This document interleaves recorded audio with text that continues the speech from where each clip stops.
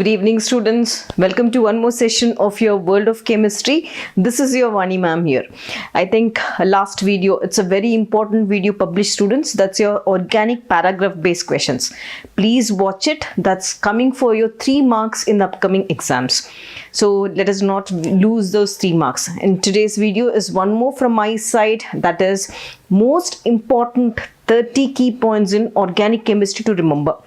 This is a complete summary from all the chapters, so please note it. Keep a file with you all. Note all these papers and keep revising it. This took a lot of time for me to do. I was busy doing this only for you all students. So I expect all the students and request all the students to watch the video completely. Right? So let us start off. Keep noting it in your book. Very, very important. 30 key points of organic chemistry. Let's start off, students. I'll be giving you the question, or I'll be giving you the point. I'll be giving you the example also. Right. So when I talk about the first point, about the first chapter, we'll be covering all the chapters which I said. Right.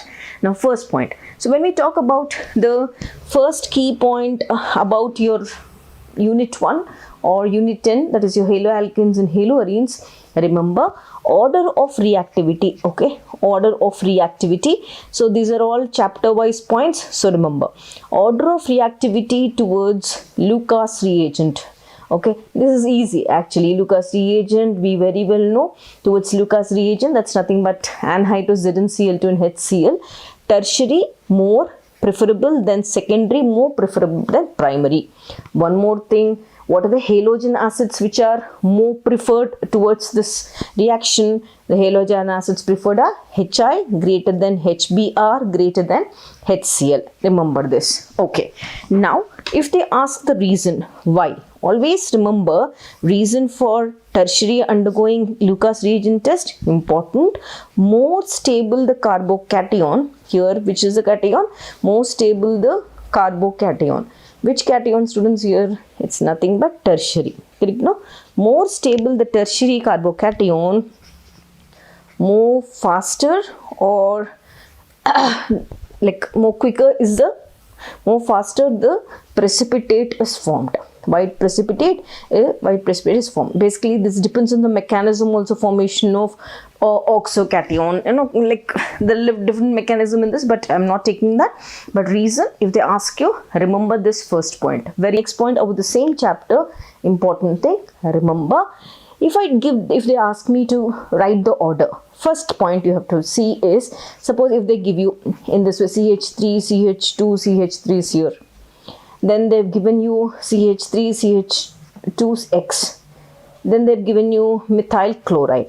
If they ask you to write the order upon their boiling point, increasing order, the boiling point. You know, alkyl group will have more boiling point, then comes next, then comes. What is this? What is the reason for this, students? As you all know, as the size of alkyl group increases. Okay. Size of alkyl group increases means more number of alkyl groups it requires, or the forces of attraction is more among these. I have to break all these bonds and then only boil it.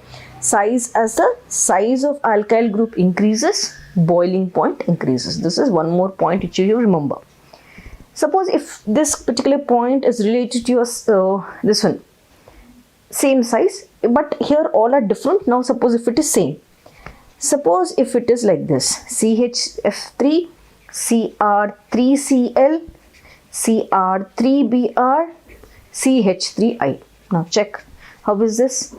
As we said, bond strength. Now let us talk about the bond strength. Here we were talking about size of the alkyl group. We were talking about the boiling point.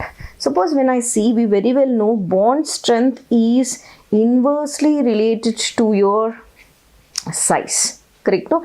If the size is smaller, stronger is, if smaller means bond is stronger. If the size is larger, bond also would be bond also would be weaker, isn't it? So indirectly, size smaller, it holds the alkyl group. So the trend would be in this way. Right, students, got it? So hope you're understanding. Now careful, let us do one more thing. Suppose if I take the fourth important point of the same chapter, and now we spoke about ball boiling point, we spoke about your size also. Now let us take the fourth point. Suppose if I talk about dipole moment, okay, always remember students, dipole moment is directly related to electronegativity. Okay, dipole moment is directly related to electronegativity. That means dipole moment increases if electronegativity of atom increases.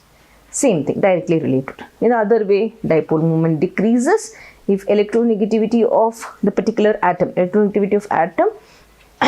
decreases. That means when you talk about your fluorine, it is highly electronegative.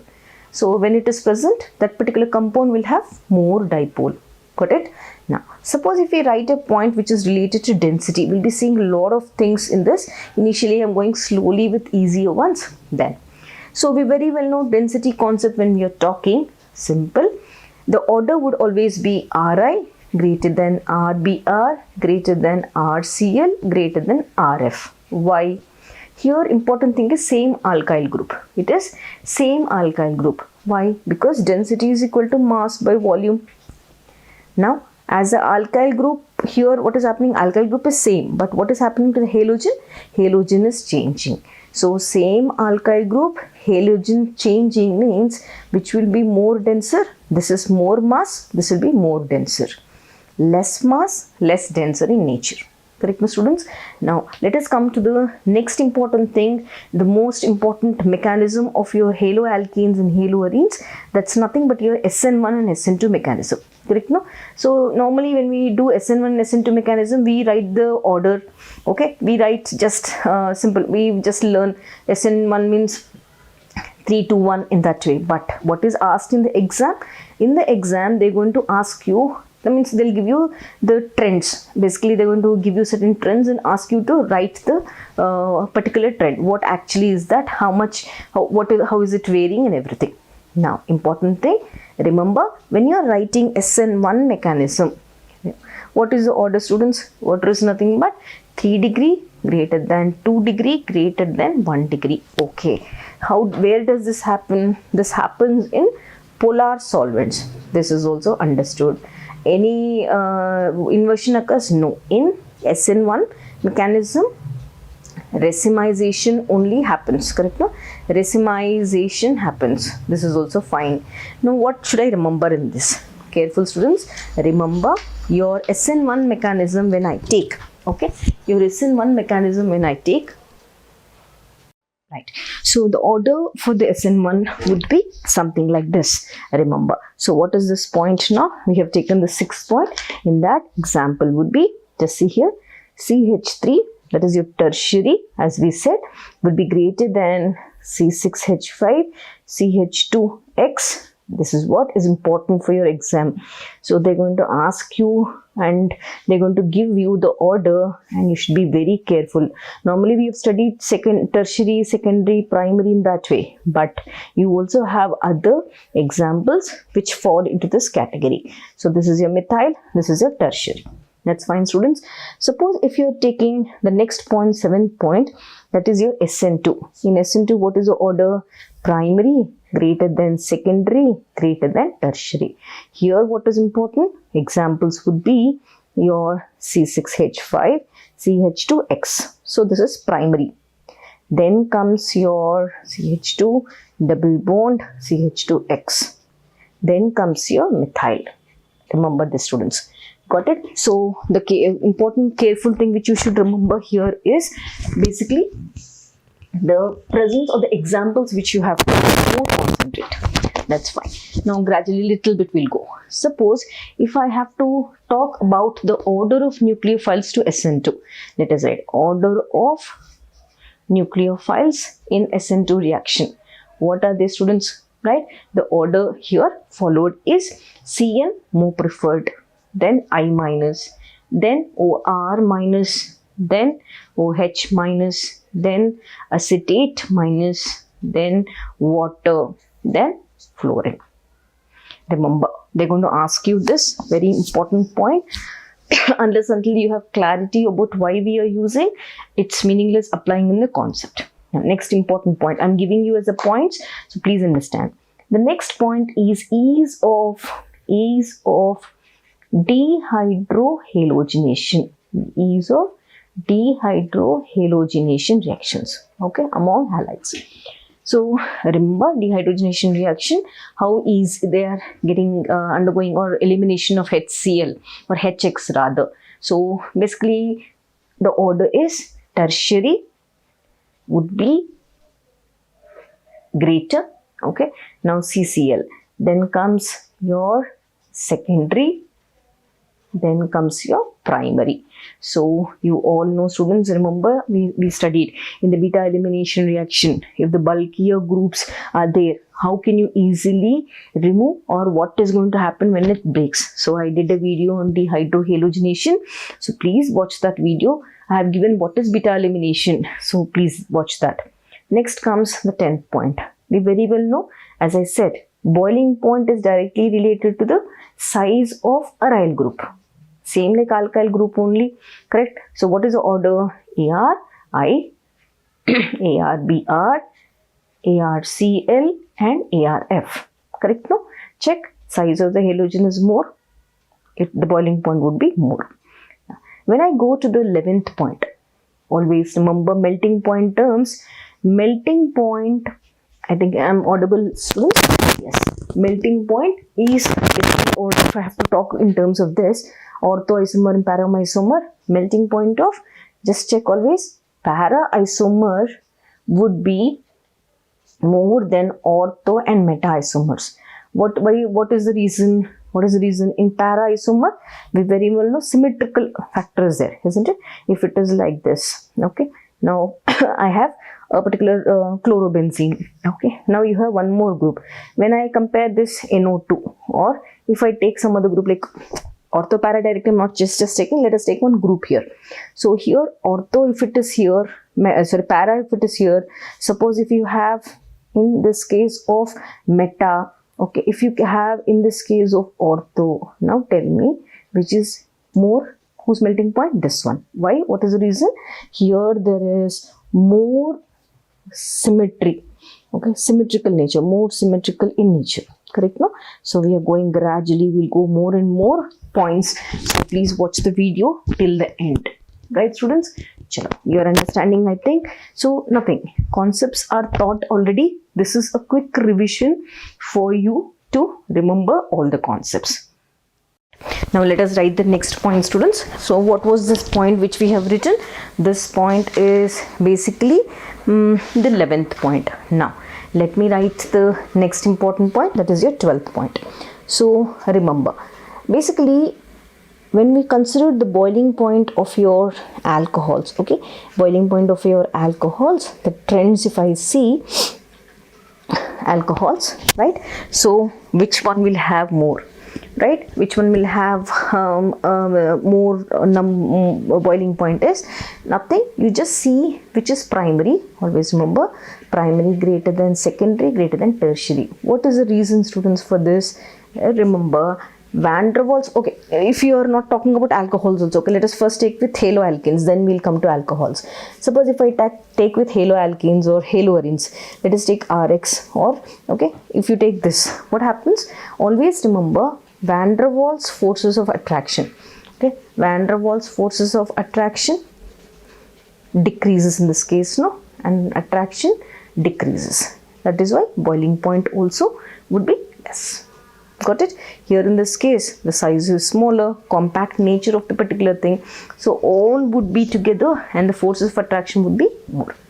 Suppose if I talk about alcohols, now let us see. So alcohols are weaker acids than water. Remember, alcohols are weaker acids than water. What is the reason, students? When I take alcohol, okay, when I take water, okay, right, what is this? In this is alkyl group, this is your plus I group, Correct, no, students? So plus I group, what does it do? Right? Plus I group, it decreases the polarity of OH bond. Correct, no? It reduces, or our plus I group reduces the same thing I wrote here. It reduces polarity of OH bond. So what is going to happen? What is going to happen when it reduces the polarity? The H plus ion from here can easily be donated. No, if it is donating, it's nothing but a weak acid. Correct, right? So means this H plus, when I compare to this, that when density is reduced, when I have to donate it, can it easily donate? Can it easily donate? No, that's fine. That is the thing. Now, next important thing, students. So let us go to the 14th point. What is this 14th point? Tell me. Careful. What should you remember? Suppose if there is an order like this, RCH2OH and RCHOH and one more RCR and RNOH. Now if they ask you based on the polarity, now tell me, students, we remember electron releasing groups increases means electron density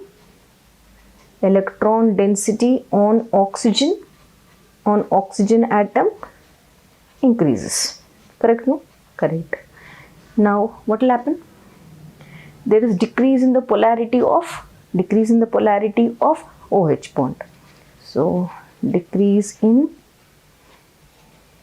polarity of OH bond. Correct, no, students? OH bond. Now you only tell me which will be the order. This will be greater, this will be greater. Why? Because your alkyl electron releasing group is 1. So can I easily do it? No. Here alkyl releasing groups are 3. So what is going to happen? The electron density on oxygen, it becomes more and more here. So this depends on the acidity. Suppose if I take one more point, order of acidity. Remember, students, this is very important point. Order of acidity, RCOH group is more acidic than carbonic acid, more acidic than phenol, more acidic than water, more acidic than alcohol. What is the reason? Tell me, what is the reason, students? We have already studied. What is the reason? Here in this case, phenol is more acidic than alcohol. What reason? Reason here is phenol due to formation or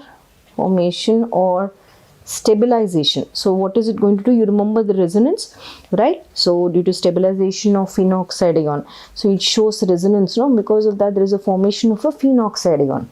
So what does it do? Because of the formation of this phenoxide ion, remember it was like this, phenol, the shift of bond, one bond shifted, finally it forms phenoxide ion. Remember, students, there is the resonance of the structure like that. Because of the stabilization of the phenoxide ion, what does it do? Electron withdrawing character in phenol is there. It keeps on moving, no? Keeps on delocalizing. So what is the concept? Electron withdrawing character increases. Correct, no? Withdrawing character increases. Then acidity, that is the release of H plus ion, also increases. This is due to resonance. Got it, students? Right. Now this is important. Now let us see the next point. 16th point. Okay. Now in the 16th point there are 15 more points to understand. Let's see.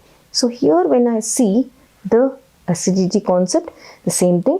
Orthocresol is less than paracresol, less than metacresol. Remember this order.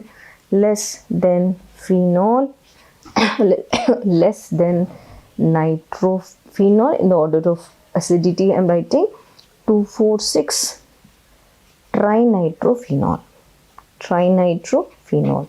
What is the reason? If you write the structure, you will know, students. Correct?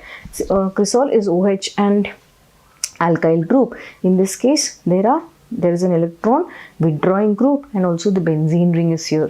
So which will be more? This one will be more acidic in nature. Here This is less because of the alkyl group. Got it? Right. Now when I take the next point, that is your 17th point. Greater the number of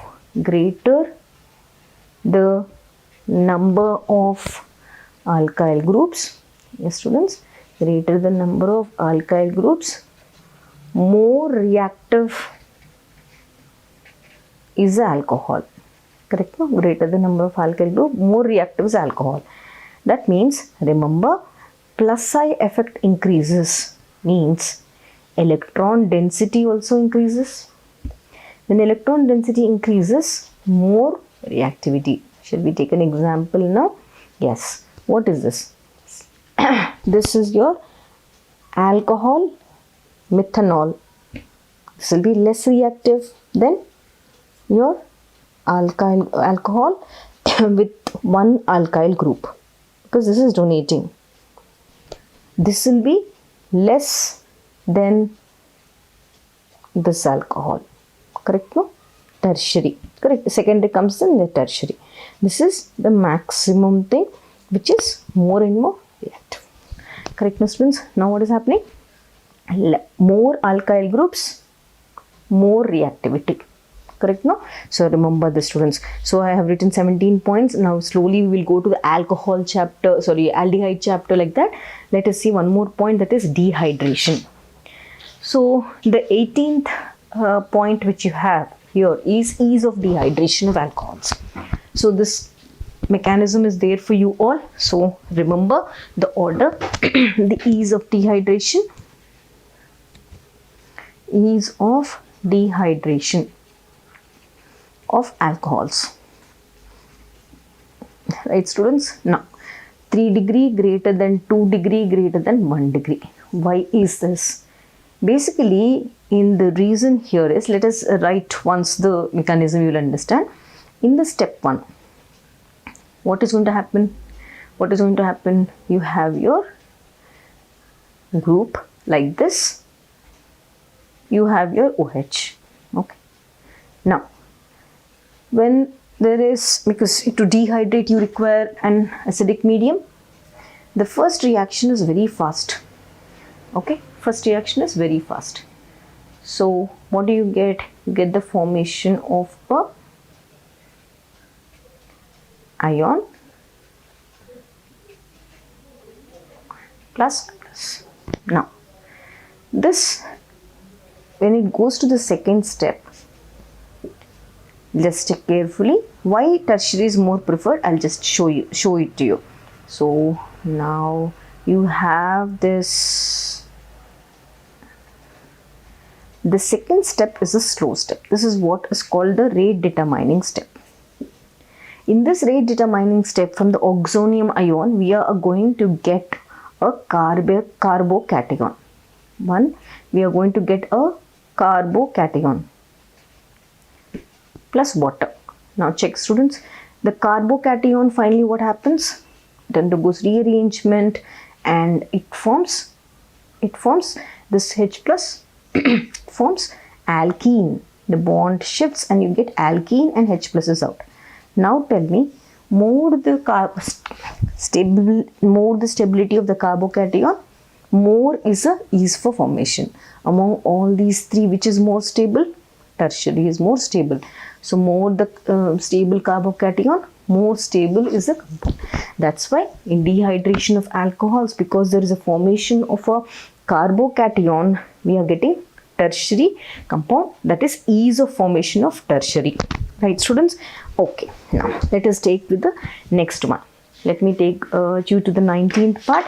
Okay, in the 19th part, remember, orthonitrophenol is steam volatile, because these questions are quite commonly asked due to steam volatile. Then students, paranitrophenol. What is the reason? Simple. In orthonitrophenol, what do we have? In orthonitrophenol, we have intermolecular hydrogen bonding. But when it comes to para, nitrophenol, what do we have? We have intramolecular hydrogen bonding. So intramolecular, so which is quickly which comes out in the vapor state? Ortho. Got it, students? Okay. Now let us go to the 20th point. When we write the order, suppose they ask you the order to write in alcohols. They have given alcohols to you, aldehydes. Remember the order of boiling point. Among which one? Suppose if I take ethanol. Ethanol has more boiling point compared to aldehydes. Aldehydes are more than ethers. Ethers are more than H2CH3. What is the reason, students? Here, more hydrogen bonding. More hydrogen bonding. Correct, no? Now in this case, there is no hydrogen bonding. Hence boiling point is less. This is more boiling point because hydrogen bonding, I have to break the bond and boil it. But in this case, there is no hydrogen bonding. That's the reason it has less boiling point. Got it? Now, let us see one more point, that is your 21st point to remember about your, listen, one more order towards nucleophilic addition reactions. Let us see. Suppose if I take, or if I have to see the nucleophilic addition reactions, just check to order towards nucleophilic addition reactions. Got it, students? Okay, let us see this order. So this is quite important point, nucleophilic addition reactions. So let us see what it is.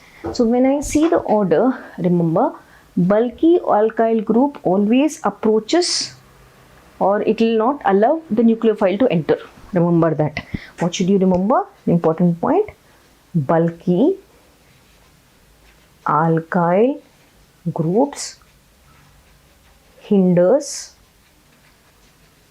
approach of nucleophile. That means when I see this order, just check C2H5 C double bond O CH3. This is greater, I'll tell you. C2H5 C double bond O C2H5, 2 alkyl group. When I take the tertiary CH3 C double bond O C CH3 taken twice. See here. Now tell me, this is 2 alkyl groups, one bigger, one smaller. 2 bigger. This is more and more bigger. So this will hinder. It will not allow the nucleophile to enter. But compared to this is smaller. That's why this is more preferred towards nucleophilic addition. If I take one more, aldehyde, formaldehyde greater than acetaldehyde, greater than C2H5 ethanaldehyde, greater than acid. Now tell me, smaller, easily it will allow the nucleophile to enter. This is larger, it's very difficult for the nucleophile. When nucleophile enters into it, no, it will hinder its approach. Means it will not allow the ease of addition. It will just block, because already it is bulkier in nature. Where will it go and allow the nucleophile to attack? So the order towards nucleophilic addition reaction is this. Smaller the group, more nucleophilic addition can happen easily. Got it, students? Now let us go with the 22nd one. The 22nd one is ease of hydrolysis. Ease of hydrolysis. Now check carefully. Here always remember, whenever you have, suppose ease of hydrolysis is what? Now check here. I have this. What is the Z? Z can be amine. Z can be X. X can be chlorine, bromine, iodine. It can be OR. It can be RCO minus. Suppose this particular thing is undergoing hydrolysis in the presence of dilute HCl or dilute sodium hydroxide. Hydrolysis, no, it allows in hydrolysis aqueous. So this gets converted to RCOH. Always remember one important thing. Acid derivatives, okay? When this forms, no, there is a formation of RCO plus. Remember this. Acid derivatives, they break RCO plus bond. RCO plus bond very easily. Very easily. So, very easily. Remember, that's why the order is RCOCl more than RCO taken twice. Means basically I should write and RCOR and greater than RCONH2. You are seeing this order, students. Just now I said acid chlorides. When you see in the paper, acid chlorides, when you see in the paper, they have more capacity because there is a formation of a cation. So they are going to break this bond easily. They are going to break this bond easily and they are going to form the product. So first preference is given to RCOCl. Next comes to anhydrides, then esters, then mites. Yes, students, remember? Now let us see one more. Let us come and see the 23rd point. Right, let us continue. Now, important thing in the carboxylic acids. Always remember, students, carboxylic acids. When I see monocarboxylic acids have greater boiling point. This is order of boiling point. Then alcoholic groups. Remember, then alcohol of comparable masses. That means of comparable masses. What is this now? This particular point means, suppose if I have monocarboxylic acid. Okay, this is your carboxylic acid. It's going to see, whenever they talk about boiling point, talk about hydrogen bonding. This combines with this hydrogen, oxygen. Okay, this combines with oxygen. Okay, right, carbon. Okay, this combines with this COOH and R. So what is happening? What is happening? Intermolecular hydrogen bonding is here. This intermolecular hydrogen bonding is nothing but stronger intermolecular hydrogen bonding. Stronger intermolecular hydrogen bonding. Now, let us compare with alcohols. In case of alcohols, hydrogen, oxygen, right. Now, dot HO R dot dot dot. When you compare this, the intermolecular hydrogen bonding is stronger. Here, less bulkier groups, so the intermolecular hydrogen bonding will be less. So because of the strong intermolecular hydrogen bonding, monocarboxylic acids have more boiling point than alcohols. If they ask you this, you need to remember, give the reason of intermolecular hydrogen bonding. Got it, students? Now let us see one more. 24th point. Order of acidic strength. Okay, now let us write order of acidic strength. Order of acidic strength. Now check carefully. Always remember one important thing. As the electron withdrawing substituents, that is your minus I effect, increases. What are electron withdrawing substituents? Like your halogens, your NO2 group. What is going to happen? Acidic strength increases. Correct now? This is what we have studied. With this concept, let us write some orders. Now, if I take Cl3, CCOOH, this will be more because more three halogens are there. This will be greater than Cl2, CHCOH. If I take more less chlorines, CH2COH. If I take more and more less, CH3COH. Now check, more number of electron withdrawing groups, more acidic this is. More acidic. Less number of electron, there is no electron withdrawing groups in. Correct? No? Correct? So it is less acidic. That's why acetic acid is a weak acid. Correct, no, students? Acetic acid is a weak acid. That is what we have studied. Okay. Now, one more. Let us see one more. Suppose in the 25th point, if I take, okay. Now, in the 25th point, let us talk about your electronegativity. Okay, electronegative in this order. More electronegative is the atom, more electron withdrawing nature. Electron withdrawing nature, EW means electron withdrawing nature, right? What will happen? More acidity. That means if there is fluorine atom in this particular bond, this will be more acidic than chlorine, then bromine, then iodine. Correct, students? Then iodine. So what is happening? Electronegativity is 4. It's more electronegativity is high. So electron withdrawing nature will be more. When this tries to drag the electron density towards itself, easily it can release this proton because it's one way dragging, no? So there's a difference in polarity and it can release H+. Now this is less electronegative, hence it is less acidic in nature. 26th point, let us see about your inductive effect only. What is that? Always remember, students, always remember, minus I effect decreases with decrease in distance. What is this now? Let us understand.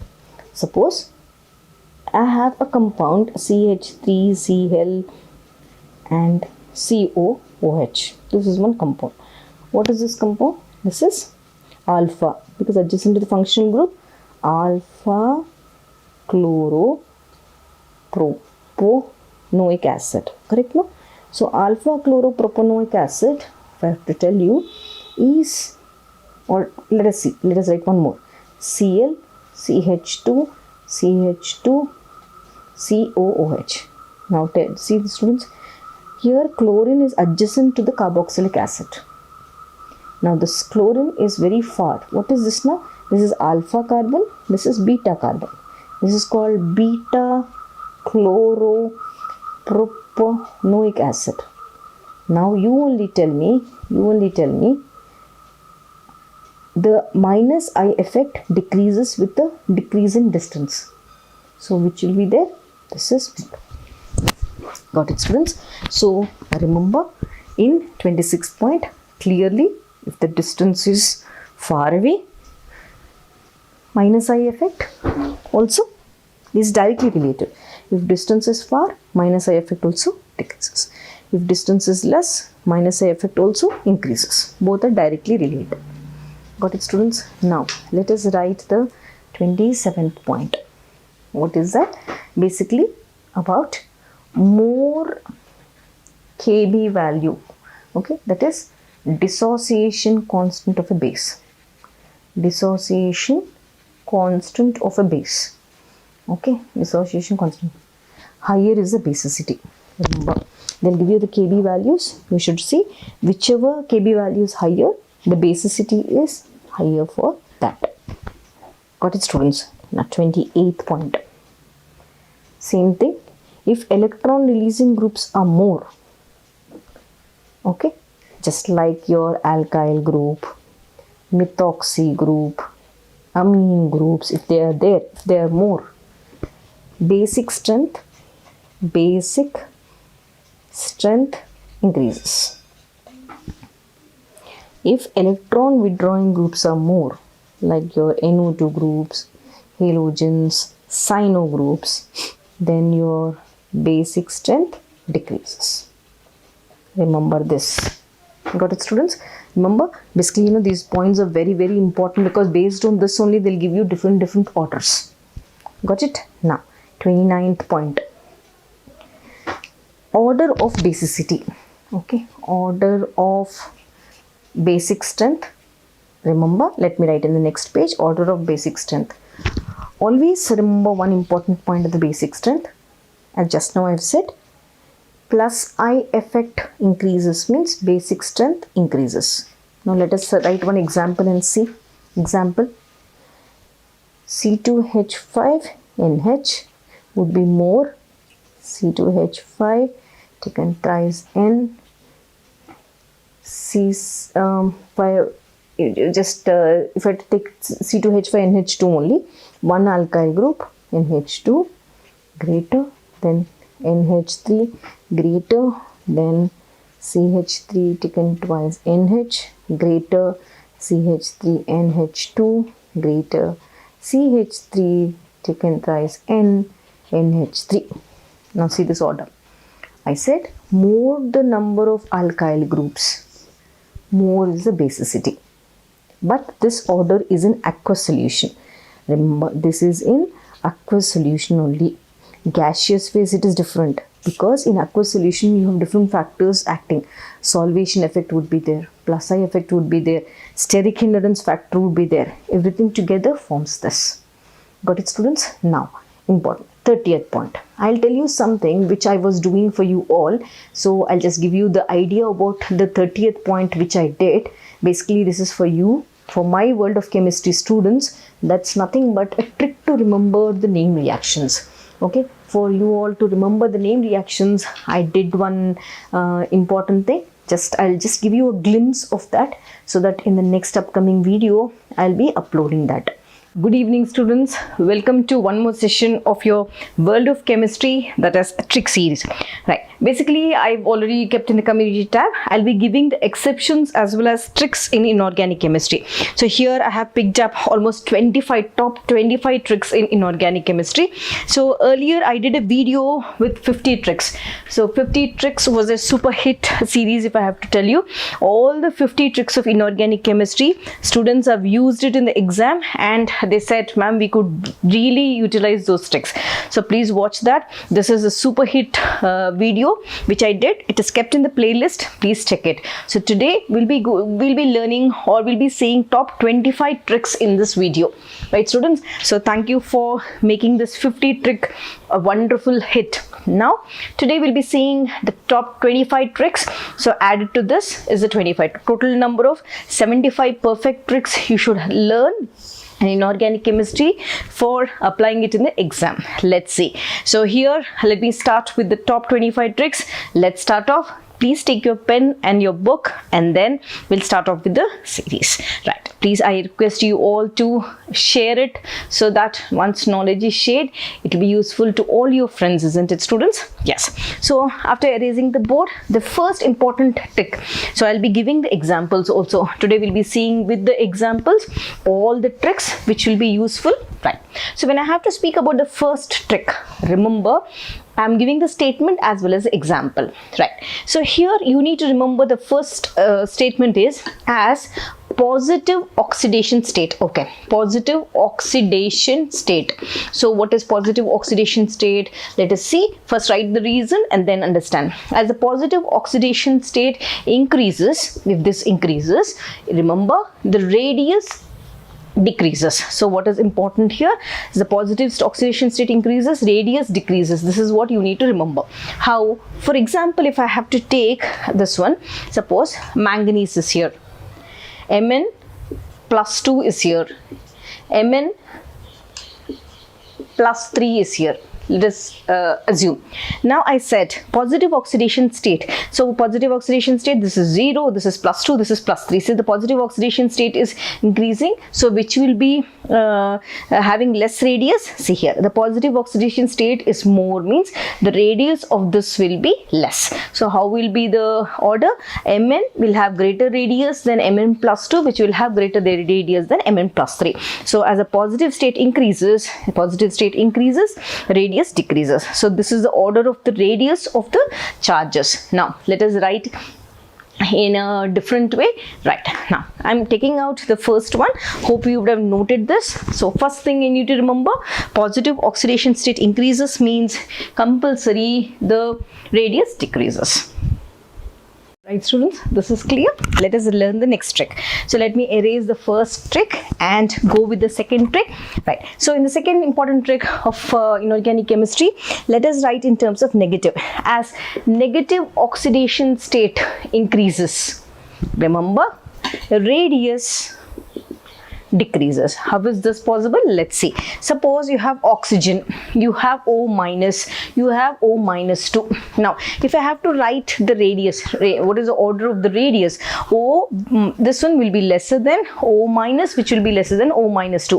What is the reason? Just now we have written as a negative oxidation state increases. Negative oxidation state increases means the radius will be very less for the higher negative values, or the negative oxidation state whichever has more, radius will be less for that. Okay, so this is the second trick. Let us take one more trick and see with an example.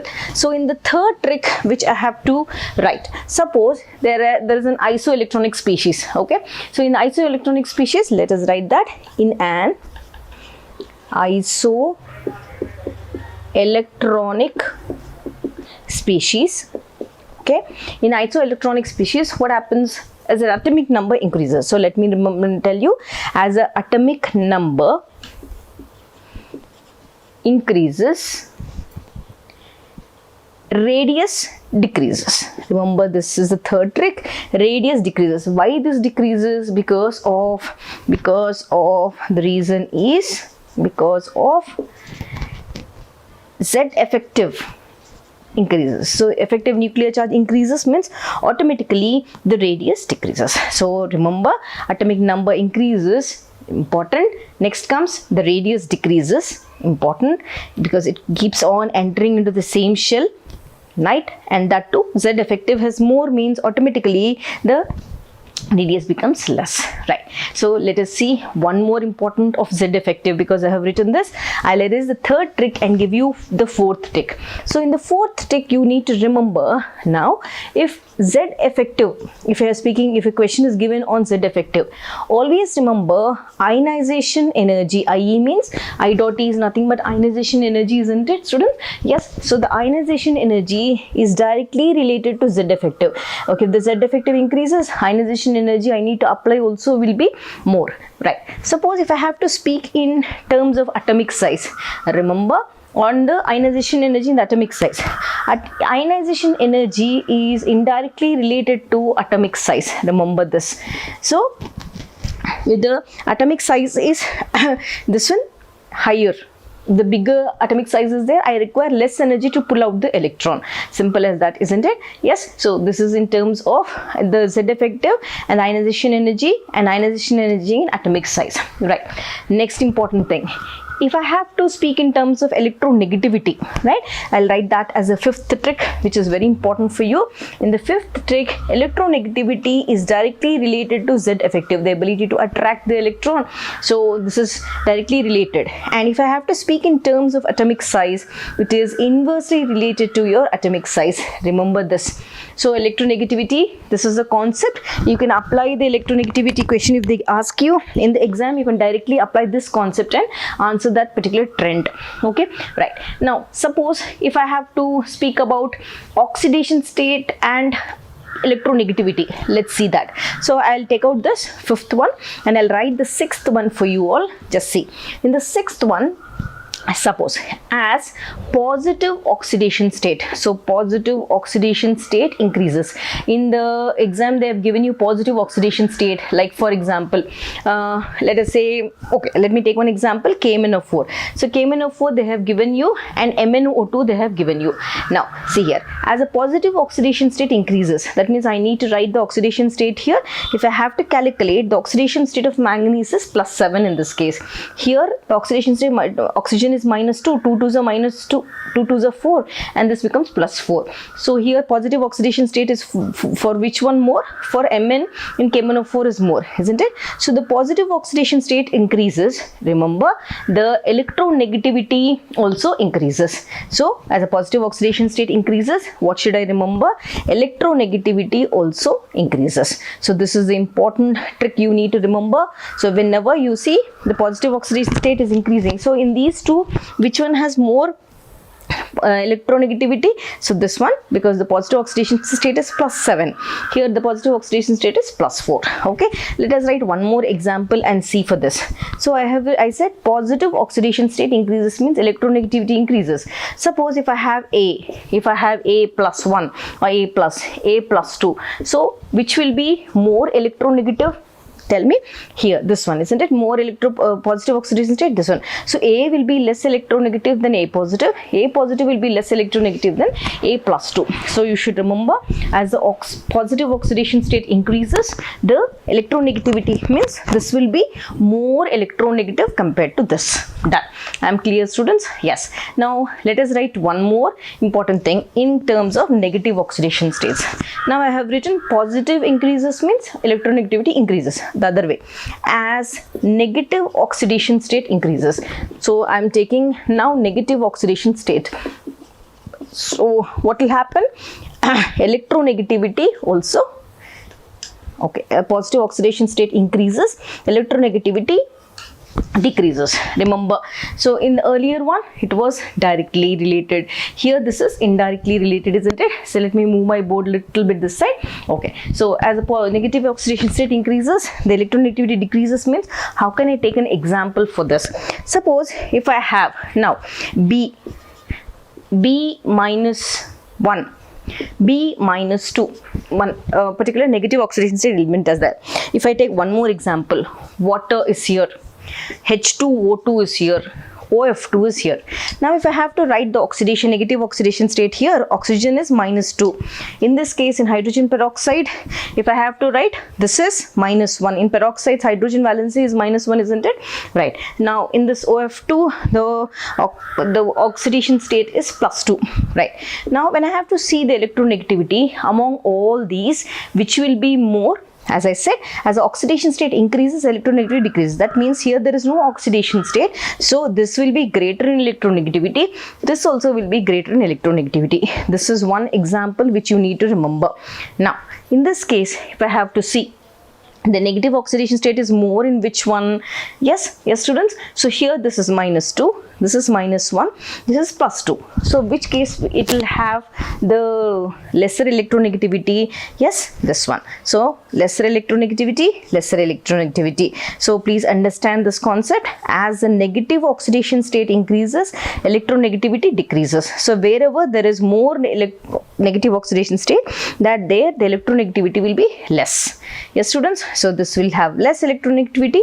This also will have less electronegativity. So please understand this. Hope it is clear to you all what I explained. Now let's come back and do the next, that is the 7th trick, which is very important for you. Okay. So now in the 7th trick, when I do, that is the thing, right? Here you need to remember one more important thing in terms of S character and electronegativity. Now, as percentage of S character, right? S character we have studied in which one? In hybridization, isn't it? So in this percentage of S character, if it increases, suppose, right? So in terms of electronegativity, what should you remember? As a percentage of S character increases, the electronegativity also increases. That means if I have to take SP, if I have to take SP2, if I have to take SP3, here the S character is 50%. Here the SP2 character, in SP2 S character is 33.33%. Here the S characters are much 25%. Correct? Now among all these, which will have higher electronegativity? I said S character should be maximum. S character is maximum in this. Yes. So SP will have more electronegativity than SP2, more electronegativity than SP3. Right. So this is what is the concept, student. Remember. Right. If I have to write the 8th trick, let us write the 8th trick and see. Right. In the 8th trick, remember, I am writing a trick related to melting point and electronegativity. Okay. Sorry, melting point, metallic property and electronegativity. Remember, metallic properties are inversely related to electronegativity. That means the ability to donate electrons is inversely related to electronegativity. Remember, if the electronegativity is more, suppose if the high electronegativity of the element, the metallic property will be less, means ability to donate is less, right? Indirectly, if I have to write the 9th trick, remember, non-metallic properties, right, if they are directly related to electronegativity. Remember these students, important, both the things I have written together so that it is a comparison. Metallic property is inversely related to electronegativity and non-metallic property is directly related to electronegativity. That is a concept, right? Let me erase this. Now let us come and do the 10th trick, right? So here in the 10th trick, I'm going to talk about nature of hydrides. So let me give you an information about nature of hydrides. Right, let us write nature of hydrides. You know what a hydrides, isn't it? So hydrides are what, like, you know, NaH. It's a metal with an hydrogen atom, okay? NaH is one, or non-metal with hydrogen atom, NH3, CH4, those are metal hydrides. So if I have to see the nature of hydrides, right? Now nature of hydrides we'll see, nature of hydroxides also we'll see. So in this nature of hydrides, you need to remember concepts. What is the electronegativity of the central atom? Okay, we will see what are central atoms. So here you need to remember that the electronegativity of the central atom increases, right? So delta, that is the electronegativity of the metal hydride, decreases. So if the central atom electronegativity you need to check, I'll write the examples now. So electronegativity of this one decreases. Now because of this, what is happening? Bond polarity. Okay, bond polarity is the what is important here. So bond polarity of the metal hydride, what will happen? It will increase because the bond polarizing into positive and negative ion, it increases, and when it increases, it can easily give out the H plus ion, isn't it? So acidic strength of that particular bond, acidic strength of that particular bond also increases. So remember this, so much information I have given you. So let us take one example and see this. So noted, electronegativity of the central atom in the metal hydrides, if it increases, automatically the electronegativity, the difference of metal hydride and this one decreases. And when this decreases, polarity also increases. When the polarity increases, I can easily give out and it will become more H. I mean the H plus can be easily donated in the hydride, right students? Now this is in which case? This happens in case of a period. So here this is a trend in the period. For example, if I have to take an example, see here, CH4 is less than NH3, it is less than H2O. So you're able to see this, students, it's clear. Now what is this? Carbon, nitrogen, oxygen. It's going in the period only, like this, isn't it? So this is atomic number 6. The carbon atomic number is here 6, so it is a period. Again nitrogen atomic number 7. Here oxygen atomic number 8. So I'm going in a period. This is what is a trend, right? Now suppose if I have to take the nature of hydrides in terms of a group, let us take that. Let us erase this and write nature of hydride as 11th trick in a group. So we have written in a period, isn't it? Now in a group we will see. So in a group means, suppose example, fluorine, chlorine, bromine and iodine. This is the group from top to bottom. Here in this case, remember, as the size of central atom, if it is increasing, when we go from top to bottom in a period, as the size of the central atom is increasing. Yes students, it's clear? Yes, when it is increasing, the bond length, what will happen? The bond length, whatever is there, bond length of which bond? MH bond. So this bond length among a metal and hydrogen, what will happen? It will also increase. When it increases, H plus, it can lose easily, isn't it? So acidity increases. So when the bond length increases, the distance is more, so I can easily release out the H plus. So the acidity also increases. Remember, this is the trick. So as we know, size increases means acidic strength also increases in metal hydride. Metal hydride is nothing but metal and hydrogen. See here, we have done in the example CH4 NH3 like that. Yes, right. Now let us see one more trick, that is trick number 12 with nature of hydroxides. Okay, let me take out this and write the next one, nature of hydroxides. Okay, so hydroxides, this trick would be trick number 12. Okay, so in hydroxides means nothing. Suppose example, let me take an examples of this. Now see here, ClOH. So this is chloride with OH. Okay, hydroxides. Okay, and next one, nature of oxides also. Both the trends I'll be taking. So let me put the wire properly for you all. Okay, so ClOH is 1, BrOH is 1, IOH is 1. So these are all metal hydroxides, or not metal, these are non-metal hydroxides. Just I am talking about hydroxide nature. Next, if I have to speak about oxides, now I'm going to take magnesium oxide, calcium oxide, strontium oxide and barium oxide. Now remember students, here if I have to speak in terms of acidic strength, so what should you remember? Remember, acidic strength of hydroxides on oxides, okay, is directly related to electronegativity of central atom. Okay, what should you remember? The acidic strength. If I am clear, I think I am writing this. So acidic strength of what should you write?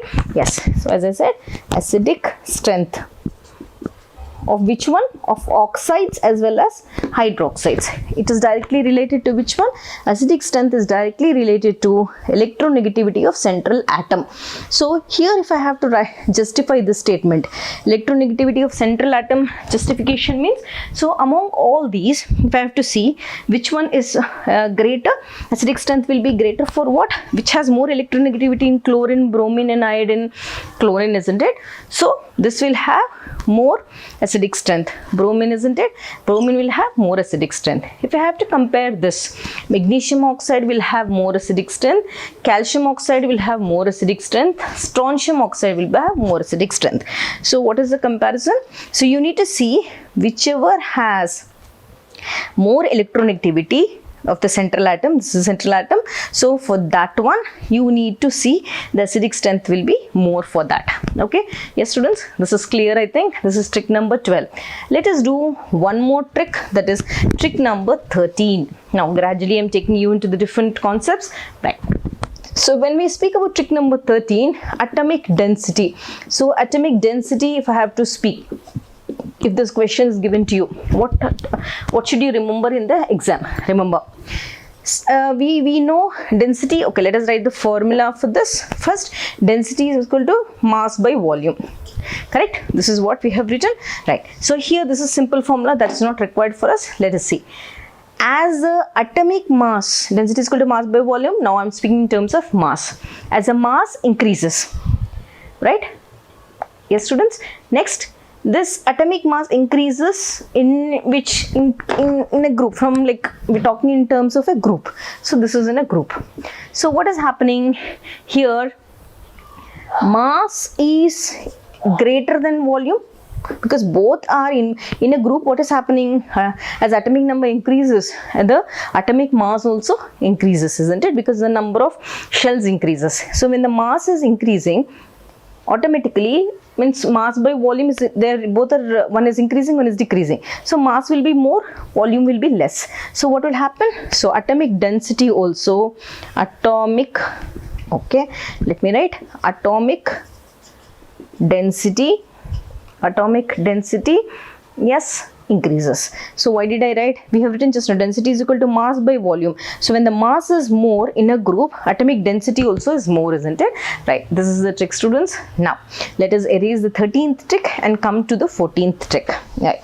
So in the 14th trick, if I have to speak, I am giving you a trick in terms of melting point and boiling point. Yes, students. So note it, melting point and boiling point. How do we do this? So in the 14th trick, if I have to speak, melting and boiling point, remember the trends of melting point and boiling point.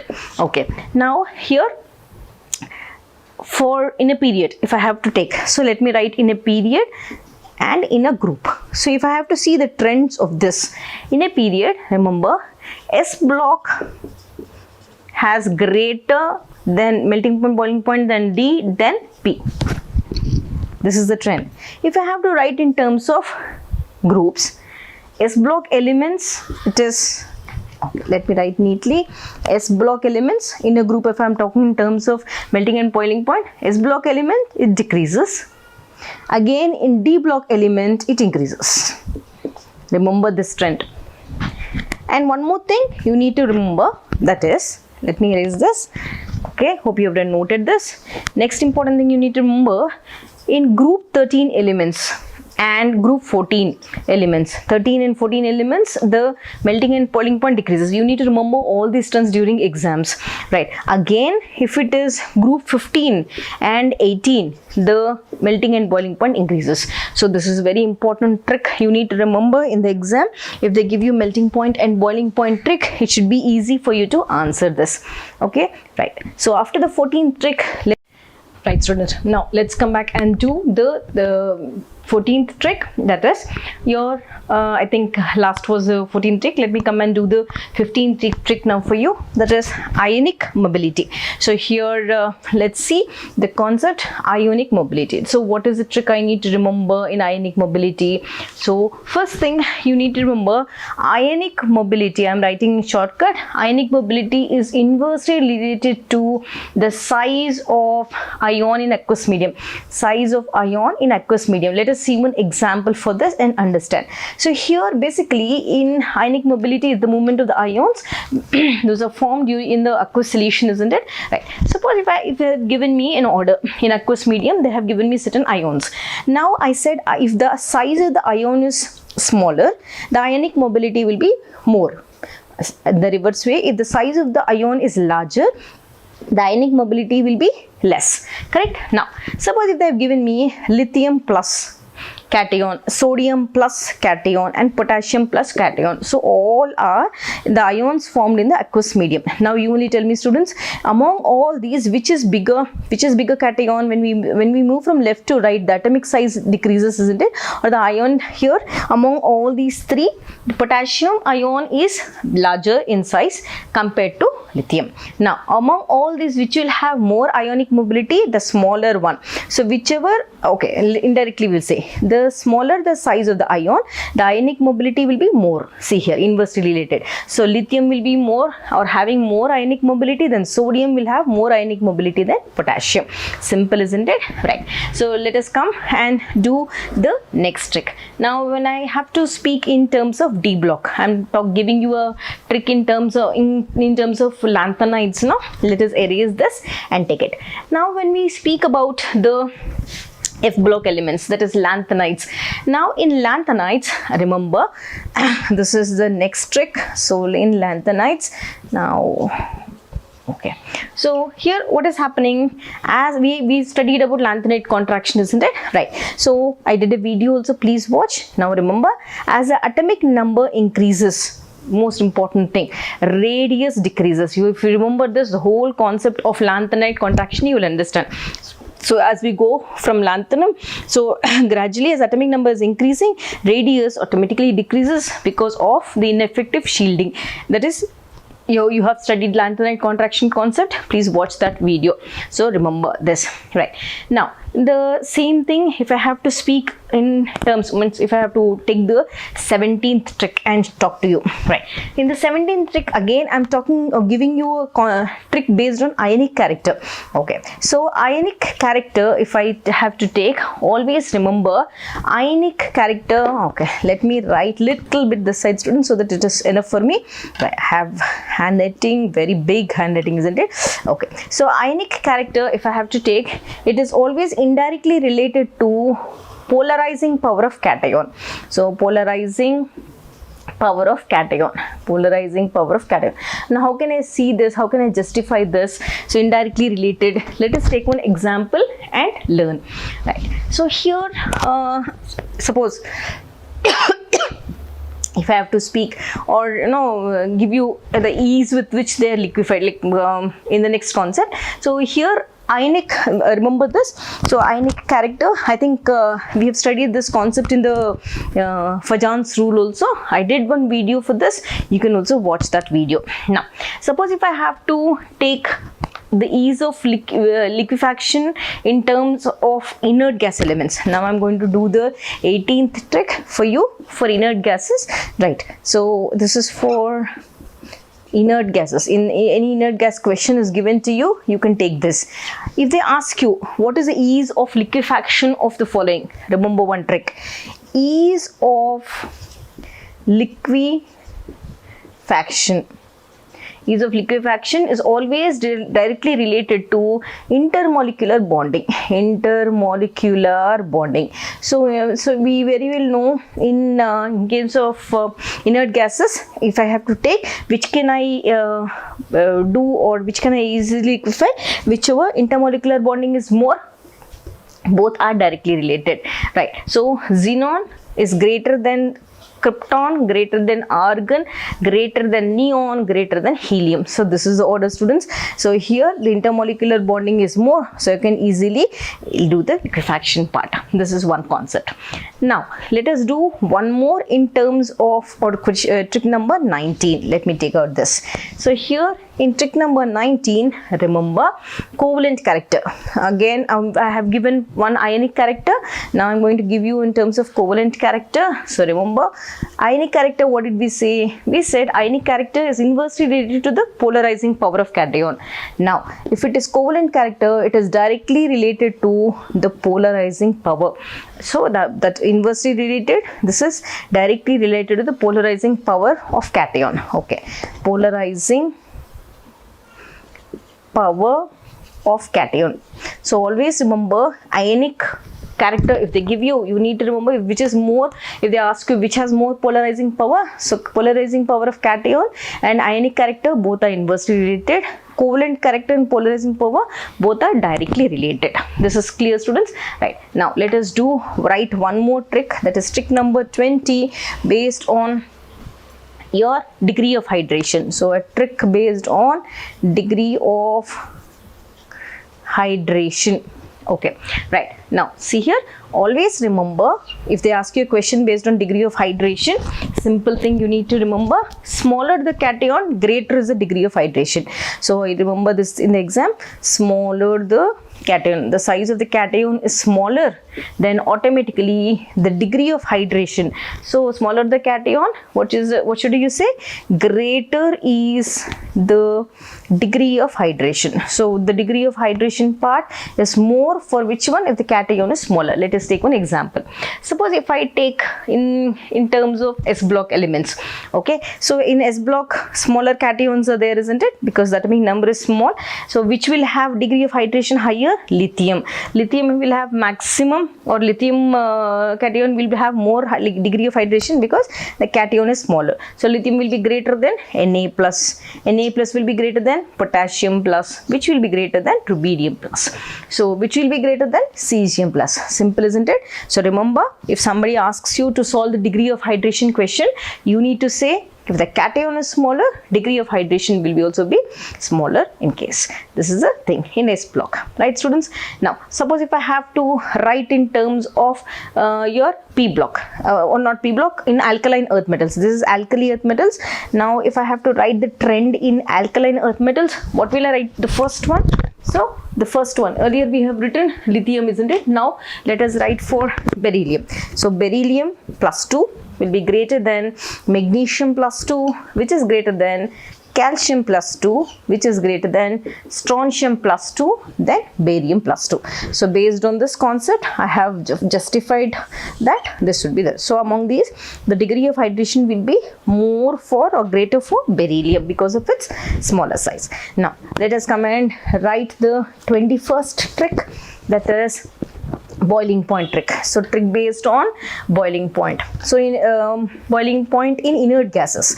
So remember, this is the trick for boiling point in inert gases.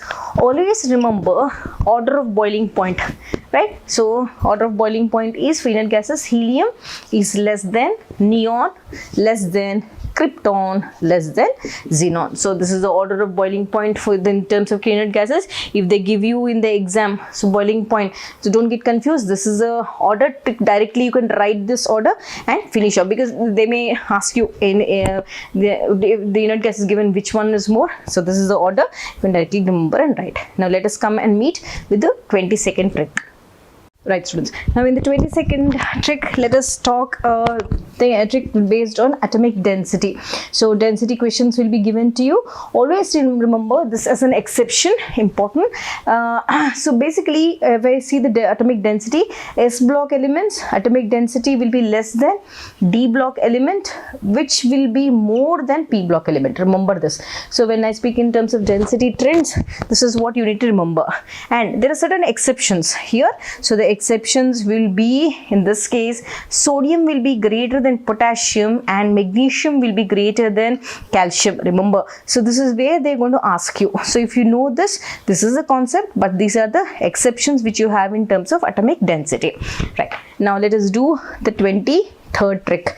So very interesting, isn't it? Right. So in the 23rd trick, we are going to discuss an exception in terms of atomic radius. Right. So here I am writing the exception in terms of atomic radius. So what is that exception? Remember, students, here 4D series, as you know, 4D series is almost approximately equal to 5D series. Why? What is the concept here? Here, because of lanthanide contraction. So because of the lanthanide contraction, you are going to see, or the atomic radius is almost approximately equal to 5D series because of this contraction which happens in that. So this is in the D block, right? If I have to see an exception in the P block elements, remember, aluminium has, this is an exception, aluminium has greater atomic radius than gallium. Lithium plus ion has a greater than magnesium plus 2, and H minus has greater atomic radii than F minus. So these are the exceptions. Remember, because exceptions is what they're going to ask you. So I have written in this case. So this is the atomic radius. Now if I have to speak the exception in case of ionization enthalpy, right? So let us take that. So right. So in the 24th trick, exceptions in ionization enthalpy. IE means ionization enthalpy. Remember, students. So here if I have to speak in terms of the D block elements, again 4D here is less than 5D. Why? Because of lanthanide contraction. And what is happening here, the Z effective, or the effective nuclear charge, is very high in this case. Because of this contraction, the nucleus pulls the charge, this one, near closer to the nucleus, ineffective shielding. That's why 4D ionization energy is less than 5D. And certain exceptions, if you take like this, zirconium is less than hafnium, palladium ionization energy is less than platinum, yttrium is less than lanthanum, right? Here why it is greater, why yttrium is greater? Because there is no lanthanide contraction here. Remember that. So this is in terms of your exceptions in ionization enthalpy. Now the 25th trick which we are going to see in this case, let me erase this 25th trick, right, students? So here I am going to do an exception in terms of your exceptions in terms of your D block and P block, and that too in terms of electronegativity. So till now we did atomic radius, then I have taught you density. First I have taught you density, then I have taught you in terms of atomic radius, then I have given ionization enthalpy. Now I am giving you electronegativity. So right, so remember, as an exception, aluminium has less electronegativity because then gallium, because of high Z effective. So Z effective is high means automatically the exception is shown in this, and because of the electronic configurations, if you write and see, you can understand this. And in the 4D is less than 5D. The reason is the same. Z effective is very high in this case, that's why. And if I have to see the D block element, zirconium is less than hafnium. Okay, yttrium again is greater than lanthanum. Why? What is the reason in this case? Here there is no lanthanide contraction. Remember. So why I have given these trends like this? Because these are the exceptions which they ask you in exam. Okay, right. Now if I have to see the P block elements in the exception case only, if I have to write in terms of P block, I'll erase this. Remember, in terms of P block, the exceptions which are seen, I have written only exception, students. Indium is less than tellurium, tin is less than lead. So please note it. So this is how, almost it took a lot of time for me to compile everything, students. So welcome back, students. Now I'm going to teach you the most important and picked up and most relevant questions for your NEET examination from the P block chapter, right? So P block basically is very, a very lengthy chapter in NCERT.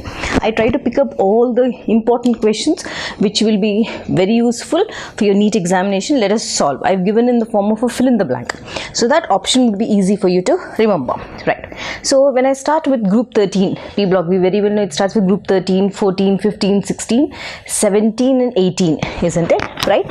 Fine. So 3A group basically. Now, so let us read the first question. What is this? Most abundant elements. So most abundant element in group 13. What is the first most abundant element? First is oxygen. Next abundant element is silicon. Next abundant element is aluminium. Right. Now, so most abundant metal. Right. So here this is elements. So the most abundant metal among all these three is aluminium. So remember. So the option would be carefully. Abundant element is this. Most abundant metal is aluminium. Right. Next question. How does boron exist? Basically, boron in nature, how does it exist? Means it exists in the form of borax. So remember this option. Next question. Why is the radius of gallium nearly equal to that of aluminium? Right. So why is the radius of gallium? Basically, when we learn, we have studied, isn't it? Like left to right in the periodic table, size decreases. From top to bottom, size increases, isn't it? Because of the addition of number of shells. But here they said radius of gallium is nearly equal to aluminium. Why? Because d electron in gallium does not contain or does not screen nuclear charge effectively. That is the main thing. Because of the ineffective shielding of that particular thing, the size of the radius is equal. Let us write the reason. What is the radius? They may ask you which is the relevant reason of gallium having radius equal to aluminium. So reason would be d electron of gallium does not screen nuclear charge. That is the first thing. This would be one of the reasons effectively.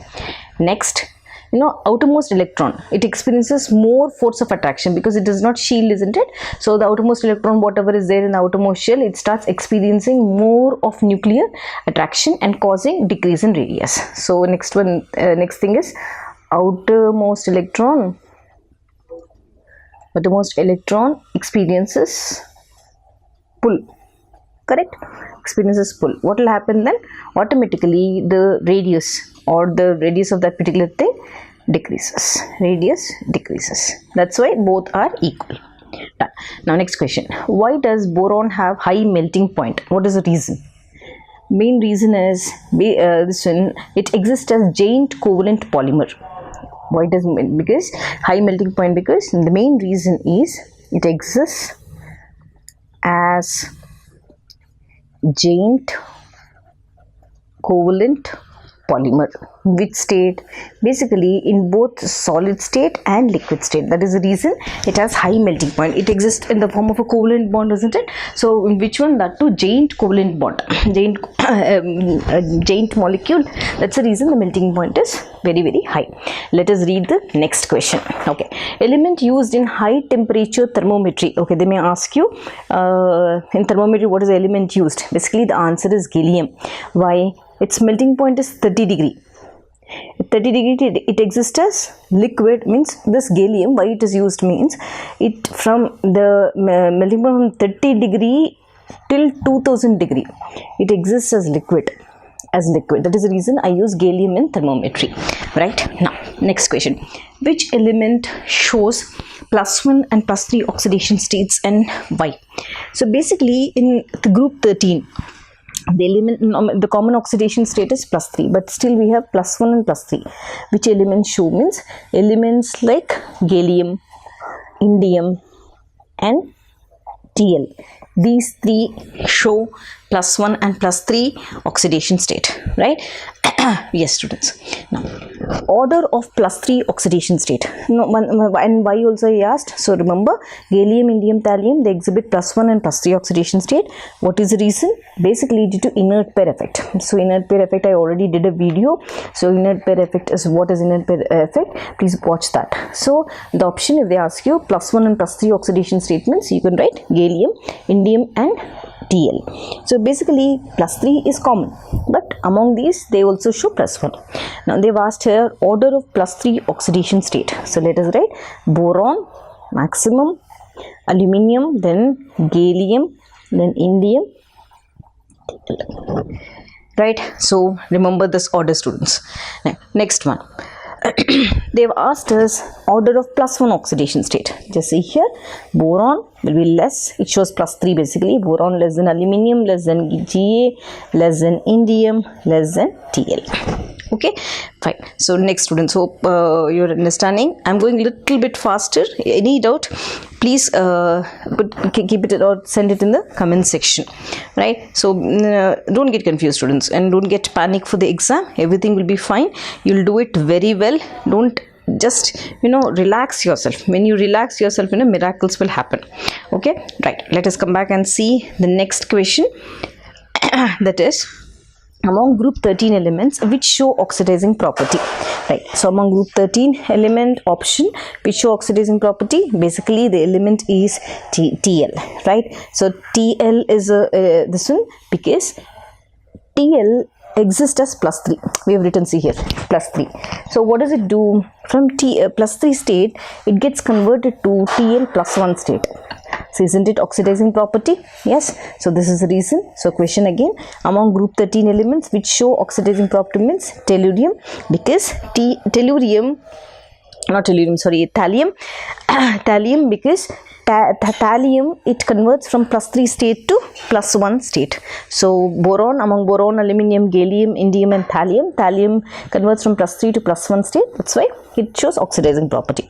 Next question, which element shows +2 oxidation state, right?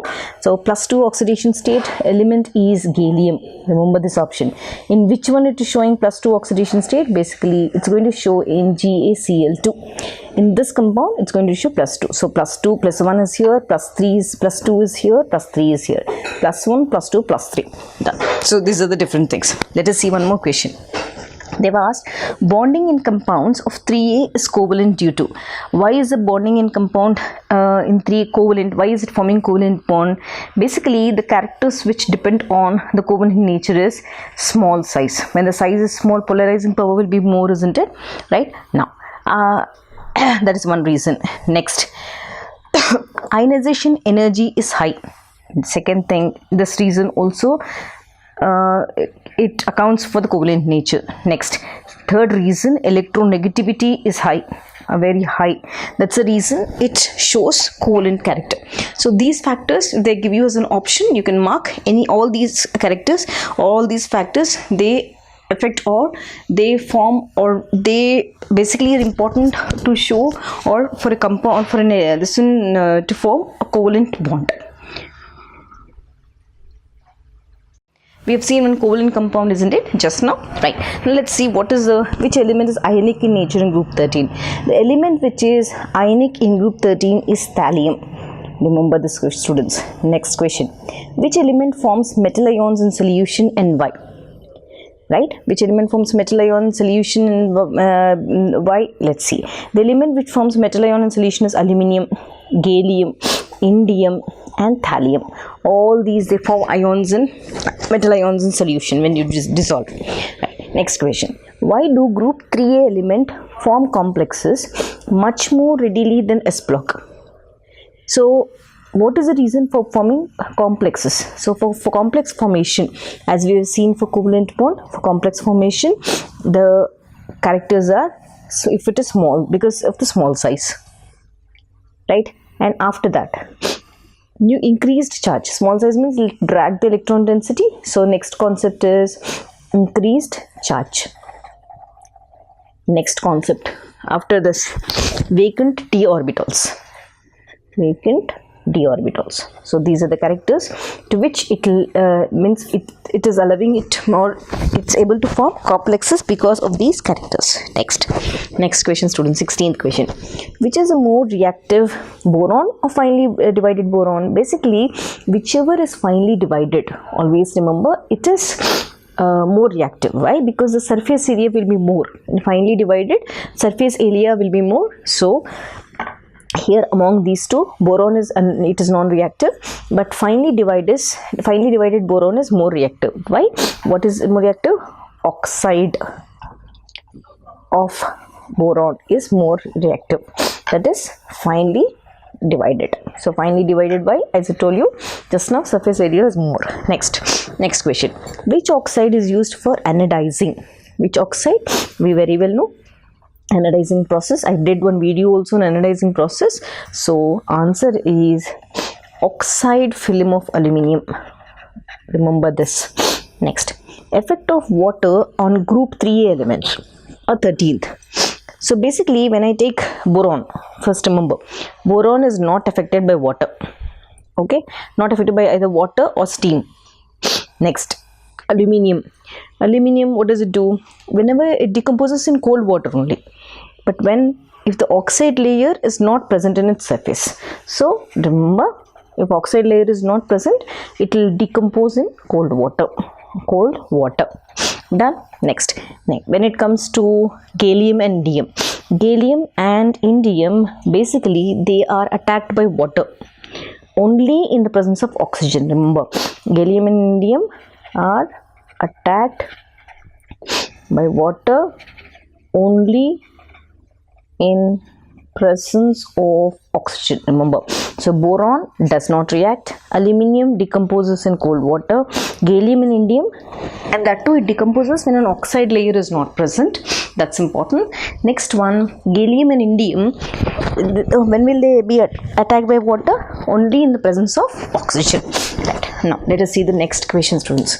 So when it comes to next question, what is this? Which element becomes passive with concentrated nitric acid? So the element which becomes passive with concentrated nitric acid is aluminium and gallium. Remember, not boron, indium or thallium. Done. Next, which gas evolves when boron, aluminium and gallium react with alkali solutions? Okay, right. So alkali solutions basically, base dissolved in water, but most of the students they get confused when you go to the lab. Alkali solutions, alkaline solutions. Okay, so what should we remember? Alkali solutions means most important, as I told you just now. Sorry students, alkali solutions is what? It's a base that dissolves in water, right? Means a soluble base which has pH greater than 7. That's all, right? So in alkali solutions, which gas evolves when they dissolve in alkali solutions? Means hydrogen gas. Remember that. Next, which gas? Same question. Which gas evolves when indium, thallium reacts with alkali solutions? So boron, aluminium, gallium, when they react with alkali solutions, they give hydrogen gas. When indium and thallium, when they react with alkali solutions, remember this, no reaction at all.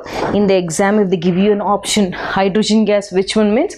Boron, aluminium and gallium, but indium and thallium, no. Reaction is no. Right. What is the nature of oxides of group 13? Okay, so B2O3, aluminium oxide, gallium oxide, trioxide, indium trioxide, thallium trioxide. So B2O3 nature is acidic in nature. Remember. Next, Al2O3 and Ga2O3 are amphoteric in nature. Amphoteric. These two are basic in nature. Remember this question. So let us come back to see the next question, students. What are the hydrides of group 13? This is what is one more question which is given, right? Hydrides of group 13. Basically, we have seen oxides, hydrides, what do you see, metal hydrides, isn't it? When you go to group 14, carbides, that also we'll see. Let's come back. Here in hydrides of group 13, basically it's a combination of the metal with hydrogen, correct? Now, so in hydrides of first element, BH3. BH3 is what? It is unknown, basically. Now, next hydride of group 13, AlH3. What is the name of this? This is called alane. Next one, Ga2H6. What is this called? Digalane. Remember this for the option. Let me write here. Iron, indium. What type of hydride it forms? It forms polymeric hydride. Remember this. Next one, tellurium. It does not form hydride. So if they ask you which among the following is the hydride of tellurium, it does not form any hydride. Remember that. Next important, anionic hydrides of group 13. So anionic hydrides are reducing agents, sodium borohydride, lithium aluminium hydride. All these are reducing agent which we'll be using in organic chemistry, isn't it? Right? Next is the last one, lithium gallium hydride. All these four are anionic hydrides. These are the general hydrides. These are the anionic hydrides. Right. Now next one. Let us come back to next. Which is a colorless gas when lithium aluminum hydride reacts with BCl3, okay, which is the colorless gas, that's it. So basically the colorless gas which evolves when the reducing agent reacts with boron trichloride is diborane. Remember this colorless gas. What is this? What is the formula? B2H6, right? Next question. Give the products of the following. So diborane, when it reacts with ammonia, first important thing, it's going to form B2H6.NH3. Then when I heat this compound to 200 degrees, it's going to form a compound. The name of the compound is called borazole, or it is also called inorganic benzene. Inorganic benzene. What is the name of this compound? Basically this is B3N3H6. Remember this. Borazole or inorganic benzene is B3N3H6. Right. Let us see one more question. Next question. Almost as I promised you, 70 questions I'll be doing, students. So don't read carefully. All will be covered in this. Right. Now, relative Lewis acid character of boron trihalides. So boron trihalides means basically boron X3. This is what is asked. They asked relative acid character. So when I come back, so what is the order? Bi3 is greater than BBr3, it is greater than BCl3, it is greater than BF3. Remember this order, students. So the Lewis acid character of boron trihalides is this. Why? Because due to back donation of smaller halogen atoms. So why is this order seen? Because of back donation by smaller halogen atoms are smaller halogen atoms, isn't it? So this is a smaller halogen atom, and they start back donating to boron like this. It back donates to this, forming what type of bond they form? They form p-pi bonding. Okay, so because of this back donation, the order is formed. So let us write due to what? Back donation of boron, back donation of halogens. Right, let us come back. Draw the auto complex of AlCl3. Okay, AlCl3 is a Lewis acid, we very well know, isn't it? So what is the thing now? They've asked us to draw the complex. Let us draw Cl here, aluminium, Cl, chlorine. This donates to aluminium, Cl and Cl. Basically anhydrous form of aluminium. But anhydrous form is covalent, right? So remember, anhydrous form of aluminium chloride is covalent. But if it is hydrous form is always ionic in nature. What is the formula of this? This is nothing but AlCl3.6H2O. Remember this. Anhydrous form is covalent, hydrous form is ionic in nature with this formula. Right, next question. 17th abundant element in nature, carbon. Second abundant element in nature, silicon. Right, remember. Next question. Non-metallic nature. Okay, among group 14, this we have come to group 14 now, no? Among group 14, carbon and silicon are non-metals. Germanium is what? It is a metalloid. Tin and lead, what are they? They are metals. This is one question. Yes, right. So almost 30 questions we have completed, very important questions. Let's start off with the 31st question, student. Right, let me turn my page. Now, next 31st question. Among the following, which is a better reducing agent? Okay. Now, among group 14 elements, which is a better reducing agent? Basically, among group 14, we have group 14 elements. Among that, what is a better reducing agent? They said. So, basically, I'll directly write the answer. It is germanium +2 and Sn+2. Remember, why? Because stability of M+2, that is germanium +2, Sn+2, it increases. Stability of +2 state, that is M+2 state, it increases. When the atomic number increases. As the atomic number increases, stability of +2 state increases. That's why they act as reducing agents. Now, when we learn reducing agent, we have to learn about oxidizing agents also, isn't it? So, which is a better oxidizing agent among that? Basically, Better oxidizing agent is Pb plus 2. Reducing agent is Ge plus 2 and Sn plus 2. Oxidizing agent is Pb plus 2. Why? Because Pb plus 2 is more stable than Pb plus 4. That is the reason it acts as an oxidizing agent. Hope you understand the concept of oxidizing agent and reducing agent, students. Right. Now, next question. Reason for high catenation property of carbon. So basically, we very well know self-linking property of carbon, isn't it? What is the reason? Basically, for showing catenation property, when catenation concept is given, first important thing which you have to remember is high bond energy. High bond energy. This is the main important thing between carbon and carbon. If high bond energy is there between carbon and carbon, they show catenation property. Let us see. If it is a bond between carbon and carbon, the bond energy is 83 kilocalories per mole. If it is between carbon and oxygen, 86 kilocalories.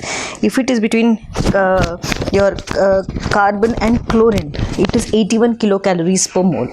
Right? So if there is high bond energy, automatically they show catenation property. Right. Next question. Which element of group 14 does not show allotropy? So obviously lead. Lead does not show allotropy. Done. Next. What are the allotropes of group 14 elements? Okay, let us write all the allotropes. Carbon. So carbon shows what? Carbon allotrope is diamond. Carbon allotrope is graphite. Carbon allotrope is coal charcoal. Okay. Carbon allotrope is lamp black. Carbon allotrope is fullerene. Fullerene, right? This is so many allotropes are there. When it comes to silica, silica basically shows two types of allotrope. One is crystalline form, one is amorphous form. When it comes to germanium, germanium it shows two crystalline forms. When it comes to tin, it's going to show gray, white and rhombic forms. Gray, white and rhombic forms. Remember this. So these are the allotropes of these elements. Let us see next question, students. Yeah. So let me turn the page. Yeah. 36th question. What do they give me? Product formed when carbon reacts with fluorine at 700 degrees. So carbon is reacting with fluorine. It's going to form a compound called CF4. CF4 at 700 degrees centigrade CF4. Let us balance 2. So this is a reaction. Next. What is black lead or plumbago? So such questions I've already seen. So you'll be getting certain questions with terminology. So what is black lead or plumbago? It is nothing but graphite. Remember this. Graphite is nothing but black lead or plumbago. Next, what is graphite acid? Right. So graphite acid is basically formula is C11H4O5 graphite acid. How did I get this? What happens is when you treat graphite with alkaline cheminophore, okay, it gets oxidized to a compound that is C6COOH taken 6 times. Now what do? I'm going to let's take this and I'll allow it to react with oxalic acid and along with this I get this compound as well as oxalic acid. Okay, HCOH. What do? I'm going to take this one and I treat it with concentrated nitric acid or concentrated sulfuric acid. Then I'm going to get this graphite acid. Right. So when you treat this, basically this compound oxidizes to form graphite acid. So graphite acid, once again, what we are going to do? We are going to take graphite. We are going to treat it with alkaline cheminophore. What will happen? We are going to get this compound. This further it oxidizes when I treat this with concentrated nitric acid or concentrated sulfuric acid. What acid do I get? Graphite acid. Right. Next question. Which material is used in making electrodes, refractory crucibles, moderator in nuclear reactors, lubricants in machinery? Basically, why did I give this question? Because application based or applications, they'll give you the uses, they ask you to find the correct element. So graphite is the element which is used in all these. Okay, remember this. Next question. Let us see the next question. 40th question. Order of thermal stability of group 14. Okay, thermal stability. How do they respond to heat? So order is CX4 greater than SiX4 greater than GX4 greater than SnX4 greater than PbX4. Right? So this is the order of thermal stability. Remember. Next, in group 14, what is a poisonous gas? So basically, carbon is the first element. So carbon monoxide. But poisonous gas means, why I'm saying this? Because when it reacts with hemoglobin, it's going to form what? Carboxyhemoglobin, which it does not have the capability or capacity, you know, to absorb oxygen, right? So this particular thing, you know, this back bonding means pi acid ligand. What is this called? Pi acid ligand. So because of this formation of oxyhemoglobin, because there is no absorption of oxygen, that's why it is called as a poisonous gas. If they ask you poisonous gas is, you can just write carbon monoxide because of the formation of oxyhemoglobin. Next, what is carbogen? So such questions are quite common in entrance exams. Carbogen is a combination of oxygen, which is 5% to 10%, and it is a combination of carbon dioxide. Remember. Next, and also it is used as where is carbogen used? Basically it is used in artificial respiration. We call it as carbogen. The composition is 5% to 10% oxygen, carbon dioxide. So used in artificial respiration. Right, remember. Next, dry powder extinguishers. What is dry powder extinguisher? Basically it is a combination of sand and baking soda. Remember. Next, fomite extinguishers. Fomite extinguishers is a combination of aluminium sulfate and sodium bicarbonate. Right. What are the carbides of group 14? So basically, carbides of group 14, what are the different things? They form salt-like or electrovalent carbides. Methanides, let us write all carbides of group 14 are like salt-like carbides or electrovalent. Then they form methanides. They are also going to form acetylides. They are going to form allylides. They are going to form covalent carbides. They are going to form metallic or interstitial carbides. So this is the different carbides which we have. So one is salt like or electrovalent, methanides, acetylides, allylides, covalent, and metallic and interstitial. Let us turn the page, students. Let us come back and do the 46th question. Right. So etching of glass. So basically this is quite common question. Etching of glass. So etching of glass, when do we call this? Whenever a glass is attacked, means etching of glass is nothing but, remember, attack of glass by HF. When it is attacked by HF, it's going to silica is going to form silicones which are covalent which has a covalent network, and finally. Right. So let's come back and see the group 48, means question 48 students. So metallic nature of group 15, nitrogen and phosphorus are non-metals, arsenic and antimony are metalloids, bismuth is a metal. Now, acidic nature of group 15. So basically acidic nature, when I say the group 15 oxides, what are the different oxides? N2O3 is 1, P2O3 is 1. So this is acidic in nature. Next, As2O3 and Sb2O3 are amphoteric in nature. Amphoteric. Next, BiO3 is basic in nature. So they have asked acidic nature, isn't it? So first two are acidic in nature, next are amphoteric in nature, next are basic in nature. Right. So when I have to see the acidic nature, if I have to see the order of this, so remember N2O5, P2O5, As2O5, SbO5, Bi2O5. So when I move from here, remember, from left to right, acidic character decreases. Remember this. Okay, so oxides of this particular group 15, all these, as I move from left to right, means if I have to move from top to bottom, right? So top to bottom, the elements, the acidic character decreases as the size increases. Done. Let us come back to the 50th question. They've asked us what are oxyacids of nitrogen. Very important. Nitrogen, it forms the first oxyacid, that is H2N2O2. What is this called? Nitrous acid. Next one, H2N2O4. What is the name of this oxyacid? Nitrocyclic. HNO2, nitrous acid. HNO3, nitric acid.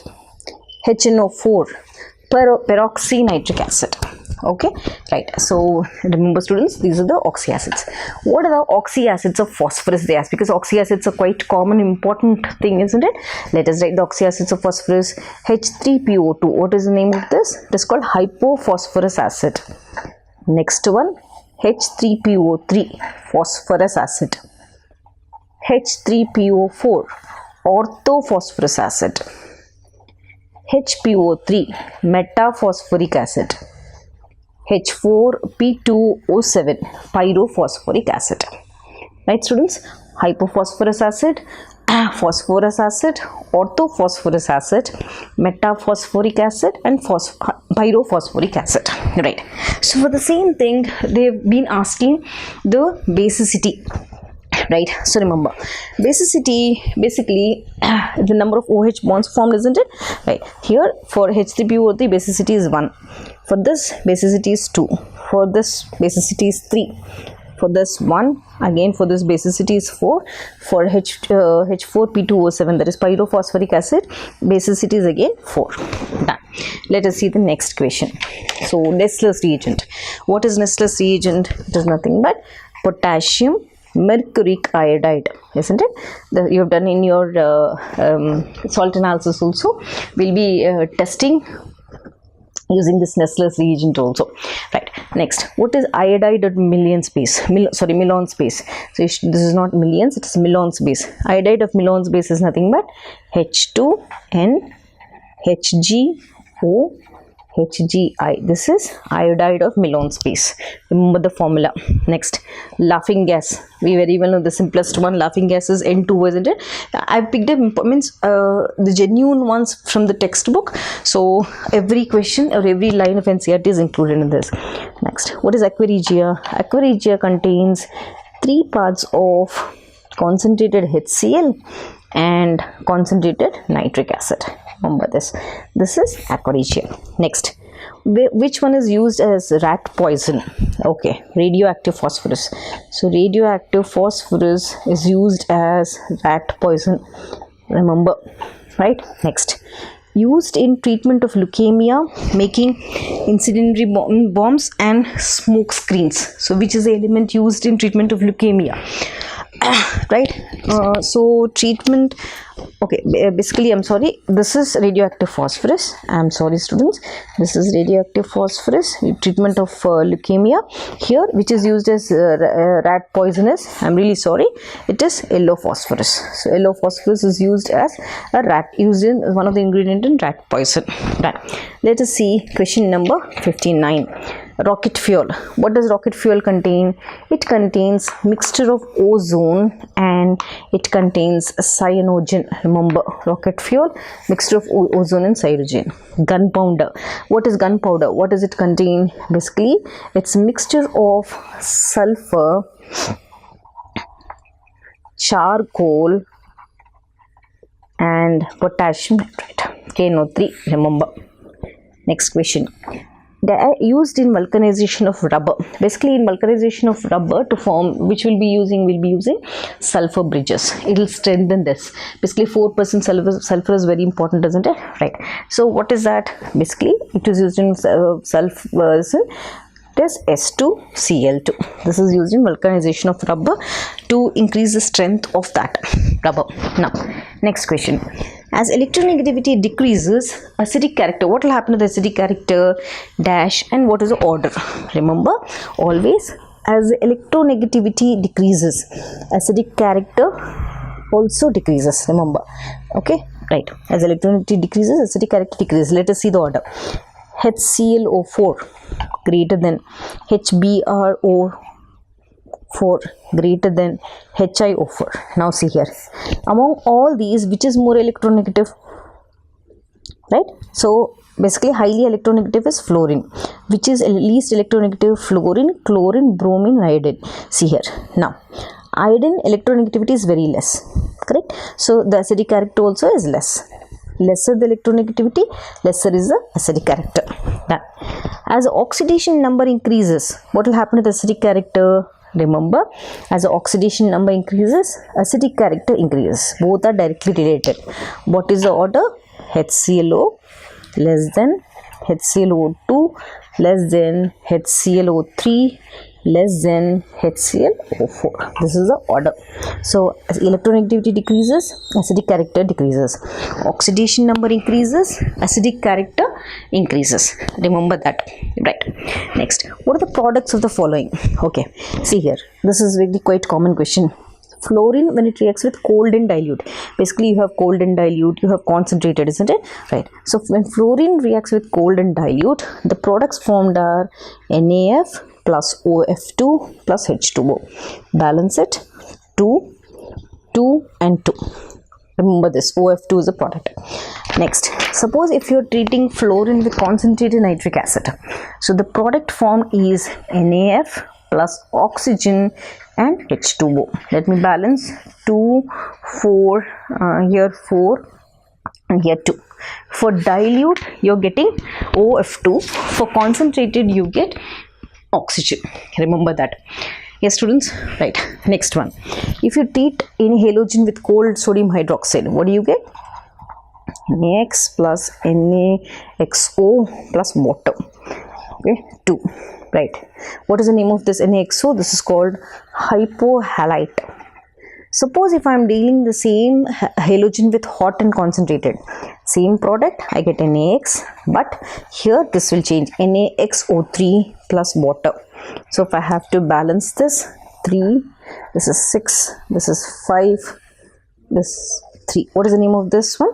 This is called halite. So when you treat it with cold and dilute, you get hypohalite. When you treat it with hot and concentrated, you get halite. Next question, students. They are asking you, what is euchlorine? Okay, I think NCERT, this is not there.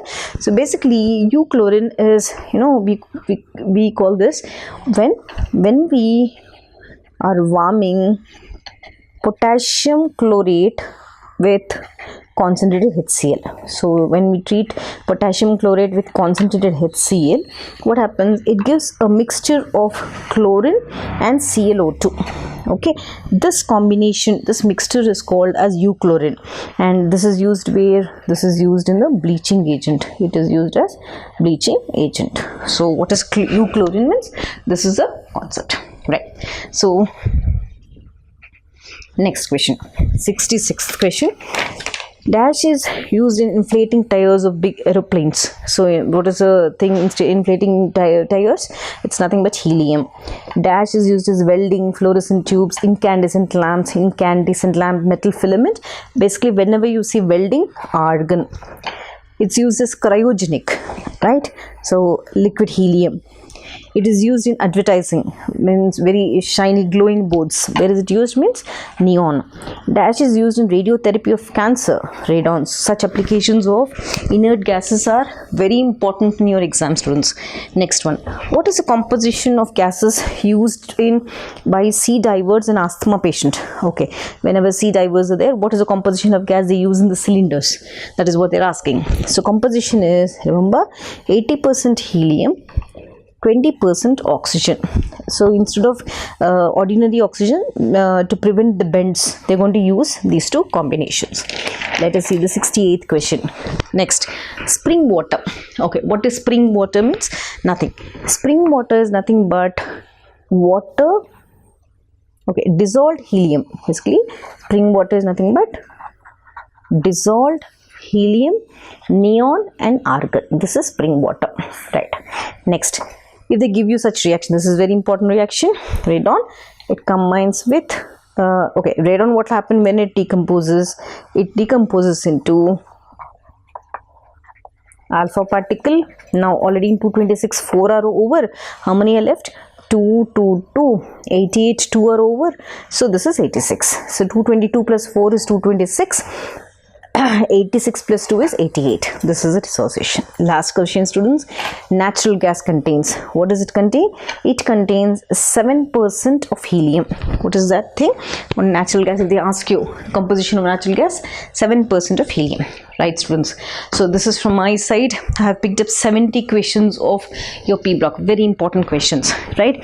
After my whole day work, I thought I have to send you. I'm sorry I'm late, but all the best, students. Stay confident. You will win in your NEET examination. All the best from my side. God bless you all. Stay connected.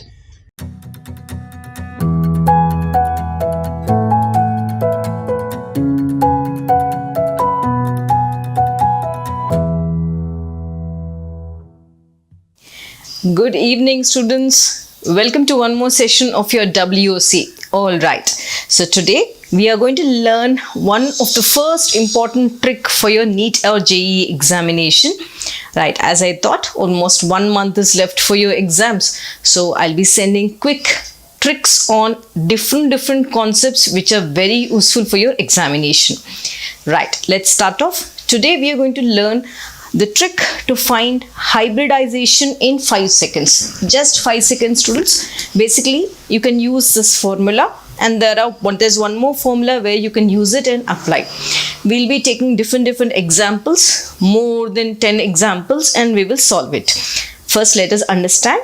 The first formula which you are going to use is H is equal to plus half into V plus M minus C plus A. Easy to remember. Vm minus Ca. Okay. So my name is almost there in this, right? So Vani ma'am. Let us remember like that. Okay. Vani ma'am is already there in the formula. And minus Ca. Okay. Done. Let us see. What does this V stands for? Let's start from the first. H is standing for the number of orbitals involved in hybridization. So how many orbitals, whether S is participating, whether P is participating, whether D is participating, that is what, or F is participating, it's going to explain us like that. Is it okay? So SPDF, which type of orbitals are participating in the particular hybridization, this formula will help me. All right. So further, when you go SPDF orbitals, further the bigger and bigger elements, F orbital also is involved. All right. Then comes V. V stands for valence electrons of the central atom. Fine. We will check what it is. Valence electrons visit, not valency, valence electrons. That is the outermost shell electrons. Then comes M. M stands for number of monovalent atoms linked to the central atom. All right. So what are monovalent atoms, students? For example, if I take hydrogen as a monovalent atom, correct? Fluorine, monovalent. Chlorine, monovalent, single atoms, correct? In the same way, we'll be checking any monovalent atoms are there or not. Then comes C stands for charge on the cation, A stands for charge on the anion. Simple. So remember V plus M minus C plus A. Alright. So always remember, if you get an answer of 2, then the type of hybridization is SP. If you get 3, type of hybridization is sp2. Then if you get 4, it is sp3 because 1s and 3p. Same way, if you are getting an answer of 5, 1s, 3p and 1d. So total are 3 plus 1, 4, 4 plus 1, 5. Next comes, if you get an answer of 6, then remember students, it is 1s, 3p and 2d. So 3 plus 2, 5, 5 plus 1, 6. So if I get 7 as an answer after using this formula, if I get 7, then it is sp3d3. How?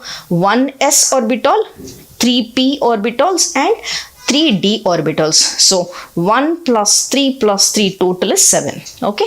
So remember this formula for you calculating the hybridization, very quick and easy. Alright, now let us see one more formula and then start taking the examples. So one more formula which you need to remember for your exam is, just check this formula, that's nothing but for neutral molecules. If a neutral molecule is given, like a molecule like sulfur dioxide is given, carbon dioxide is given, if any neutral molecule is given, you can use this formula, that's nothing but number of atoms bonded to it plus half into group number of central atom minus valency of central atom. We'll be taking examples, different examples related to this, and we will understand further. Suppose if ions are given to you, right? So this is the same thing, almost number of atoms bounded to it. But here what did we do? We have taken group number of central atom. Here also same group number of central atom, but here you are going to subtract valency of central atom plus or minus electrons, because it is an ionic compound, no? So this is what is different compared to the neutral molecules. So plus or minus, if they're giving you minus, you will be adding it. If they give you plus, you'll be subtracting it. Fine, students, we'll be using for this also, we'll be doing examples and understand very easy. All right, now let's see one more thing. Suppose if I start taking neutral and ions I took, okay, one more thing. Now let's start off with the examples of each and everything and understand carefully. Alright, students, so basically if I take, now I'm using the first formula for the given molecule. Okay, suppose they have given me neutral molecule. Let us use for everything. Alright, so they have given me first thing, as I said just now, neutral molecules. Let me take first. Let us put in heading neutral molecules. Okay, what are the neutral molecules which do not have any charge? For example, like, so neutral molecules, for example, carbon dioxide, let us see. Okay, I'm applying the formula. So what happens in carbon dioxide? H is equal to plus half into how many valence electrons are there in carbon? Valence electrons in carbon are 4. It is tetravalent. How many monovalent atoms are here? 0. This is divalent, no? So monovalent atoms are 0. How many cations are there, students? Any charges there on this? It's neutral. There is no charge. There is no cation. There is no anion in this. So cation is 0. Anion also is 0. Now how much, students? How much is this? Half into 4. So it's nothing but 4 divided by 2 is 2. It's nothing but your sp hybridization. You're able to see? Sp. Not even 1 second it took for me to do, students. Is it easy? Yes, easy. Alright. Let us do one more example and see. Suppose they have given you, let me change my pen. Suppose they have given you sulfur dioxide or they have given you sulfur trioxide. All these are neutral molecules. How to do for this? Let's again start. Okay, first I'll write plus. Then what will I do? I'm going to write. Now this is your central atom here. This is your central atom. Okay. So what is the valence electron in central atom? Sulfur, atomic number 16. So 286. 6 is a valence electron. Plus how many monovalent atoms are there in this? 0. How many cations are there in this? 0. How many anions are there in this? 0. There is no charge on this. So it's again 6 by 2. It's nothing but 3. So what is the hybridization, students? It will be 1s and 2p. 2 plus 1, 3. Correct? No? 2 plus 1, 3. Is it easy? Easy? Yes. So it's the same is the case for sulfur trioxide also. Same story, because cation and anion, same thing. Let us take one more example for your better understanding. Let me turn the page and write it for you all. Alright. So let me take the fresh question. Okay. Now suppose they have given me SiCl4. Okay. This is neutral or not? It is neutral. How should I calculate? I'll write the formula. What is it? H is equal to half into, yes, your valence, just we have written Vani ma'am, V plus M minus C plus A. Done. Okay. In SiCl4, what is it, students? How many valence electrons are there on silica? How many valence electrons are there on silica? Valence electrons 4. How many monovalent atoms are there? See here. Chlorine is monovalent, so 4. Any cations are there? Any charge, cation, anything is there? Not there. So it is 0. Any anions are there in this? Means anionic charge. No, there is no anionic charge. So 0. So what will happen, students? It will come to half divided by, yes, half into 4 plus 4, 8. So it comes to 2 4s are 8. So what is the type of hybridization here? 4 orbitals are there in this. So 1s and 3p. Correct? So it is sp3 hybridization. Isn't it easy? Alright. Let me take one more example so that you will understand better than this. Suppose they have given me an example ClF3. This is given to me. What should I do? I am going to take this, apply the formula and calculate. Step number 1. How many valence electrons in chlorine? 7.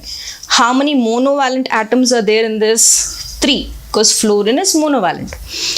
How many cations are there? There is no charge. How many anion charge? There is no charge. Okay, done. Now what am I going to do? Substitute in the formula and see.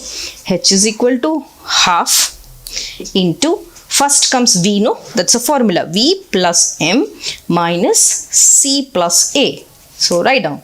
Hydrogen is equal to half into valence electrons 7, monovalent atoms 3, cation is 0, anion is 0. So how much will H come to, students? H comes to, yes, half into 10. So it is nothing but 5. Now I said something. If the orbitals are 5, what will happen? What will you take? In this 5, one will be S. Right? One will be P3. 1 will 3 plus 1, 4 over, then D. Easy? Easy. Let us do one more. Suppose if they're giving you one more example, they're going to give you. Let us see. They are going to give you an example of XCF4. Let's check this. XCF4 is given to me. How to check this, students? Easy. So first thing, write the formula. Hybridization is equal to half plus half 1 mm V and M and C plus A. That's all. So fill in xenon, how many valence electrons are there, students? It is an inert gas element. So valence electrons will be 8. How many monovalent atoms are there? 4. Any cation or anion is there in this? There is no cation and anion. It is 0 and 0. So how will it come to? It is x by or 1 by 2 into 8 plus 4, 12. So this comes to 6. So you have got 6 orbitals. Now divide the 6 orbitals, students. How will it be? 6 orbitals will be there as divided into 1s, p3, d2. So total number of orbitals are 6. So the hybridization is nothing but sp3 d2 hybridization. Is it easy? Very easy, isn't it, students? Very, very easy. All right. Now, suppose if a cation is given to me. Now, neutral molecules we have learnt, isn't it? Let's see. Suppose if a cation is given to me, what should I do? Okay. Let me take, suppose, in the exam paper, the species is cation. Species is cation. They have given me a cation. I have to calculate for this. Alright. Let's see, taking an example of a cation and check. Now your question given is a cation. Let us take one example. So they have given me ammonium plus cation. This is your cation, right? Now same formula, students. Let us write what are valence electrons of nitrogen. So basically nitrogen valence electrons are 5. It is not valency, it is valence electron. All right. The number of monovalent atoms are 4. Number of cations. Now observe, cationic charge is 1. This is plus 1 cationic charge. So 1. Any anionic charge is there? There is no anionic charge. 0. Easy. Now substitute in the formula. H is equal to half into 5 plus 4 minus 1 plus 0. So what will I get? I'll get total 5 plus 4, 9. Okay, 5 plus 4, 9 and minus 1. Alright, so if I have to divide, I'll get 4 as an answer. So what is this, students? 9 and 9 minus 1, 8. So A divided by 2 is 4. So I'll be getting sp3 hybridization. Easy. Suppose if they give you a species of anion. Now understand. This is for cation. Understood? Alright. Shall I do one more example? Let us do one more example for my students. Let's see so that you will further understand the cation thing. Okay. Now let me take an simple example. Which one? Alright. Let me take an example of CH3 plus. This is one cation.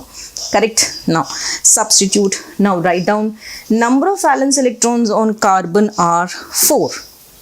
Number of monovalent atoms are 3. Number of cation charge is 1. Anion charge is 0. Easy.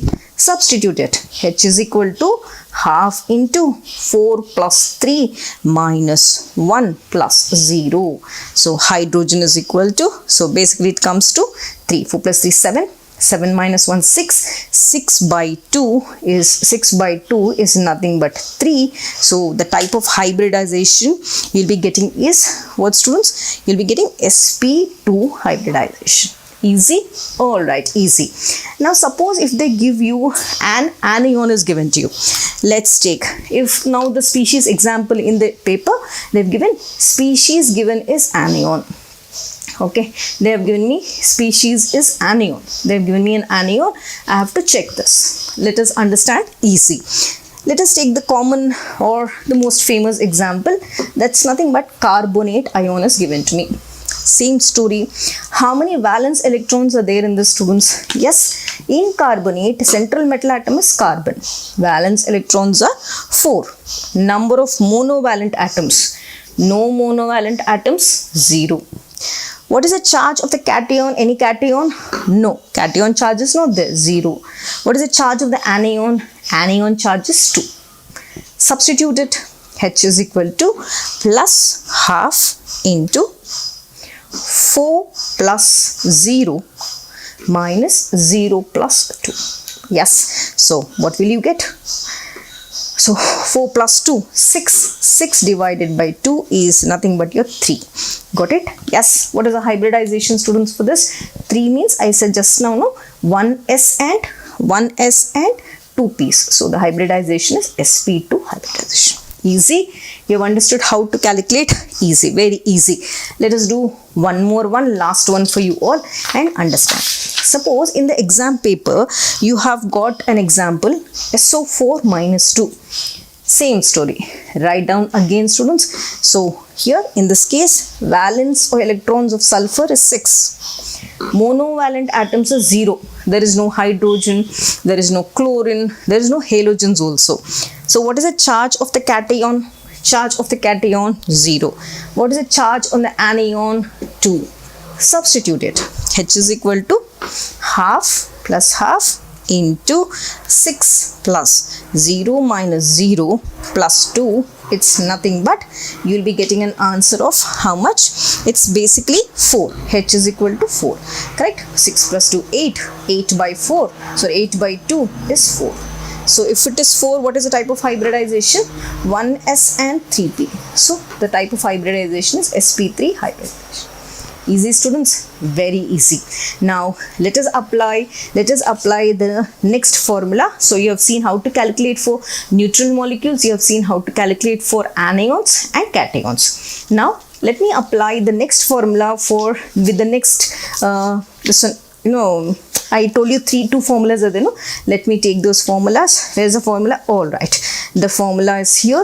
Let me take, okay, this is little bit in the reverse direction. Let me arrange it for you all. All right. Chalo. Now, this is the second formula for calculating hybridization neutral molecules. Let me take one example and show you. All right. So basically, what is the, students, for neutral molecules? So neutral molecules, when they give you, understand carefully. Let us take one example and understand. Suppose methane molecule is given. This is neutral. Okay. Now observe carefully. Formula is what? Number of atoms around it. Okay. So when I take around carbon, how many hydrogen atoms are there? 4 plus half into group number of central atom. This is your central atom. What is the group number of carbon? 4. Valency of central atom. Valency of central atom. So carbon valency is what? 4. How much do you get when you solve? You get an answer of 4. So I said if it is 4, it will be 1s and 3p. So the hybridization is sp3 hybridization. Easy, isn't it, students? Easy? Alright, this is for your neutral molecule. Let us take one more example and see if you can understand it more further, better than this. Let us take one more. Suppose I have taken water molecule, simple example. Water, let us take. According to the formula, what is it? First important thing, number of atoms bonded to it. How many atoms? This is a central atom.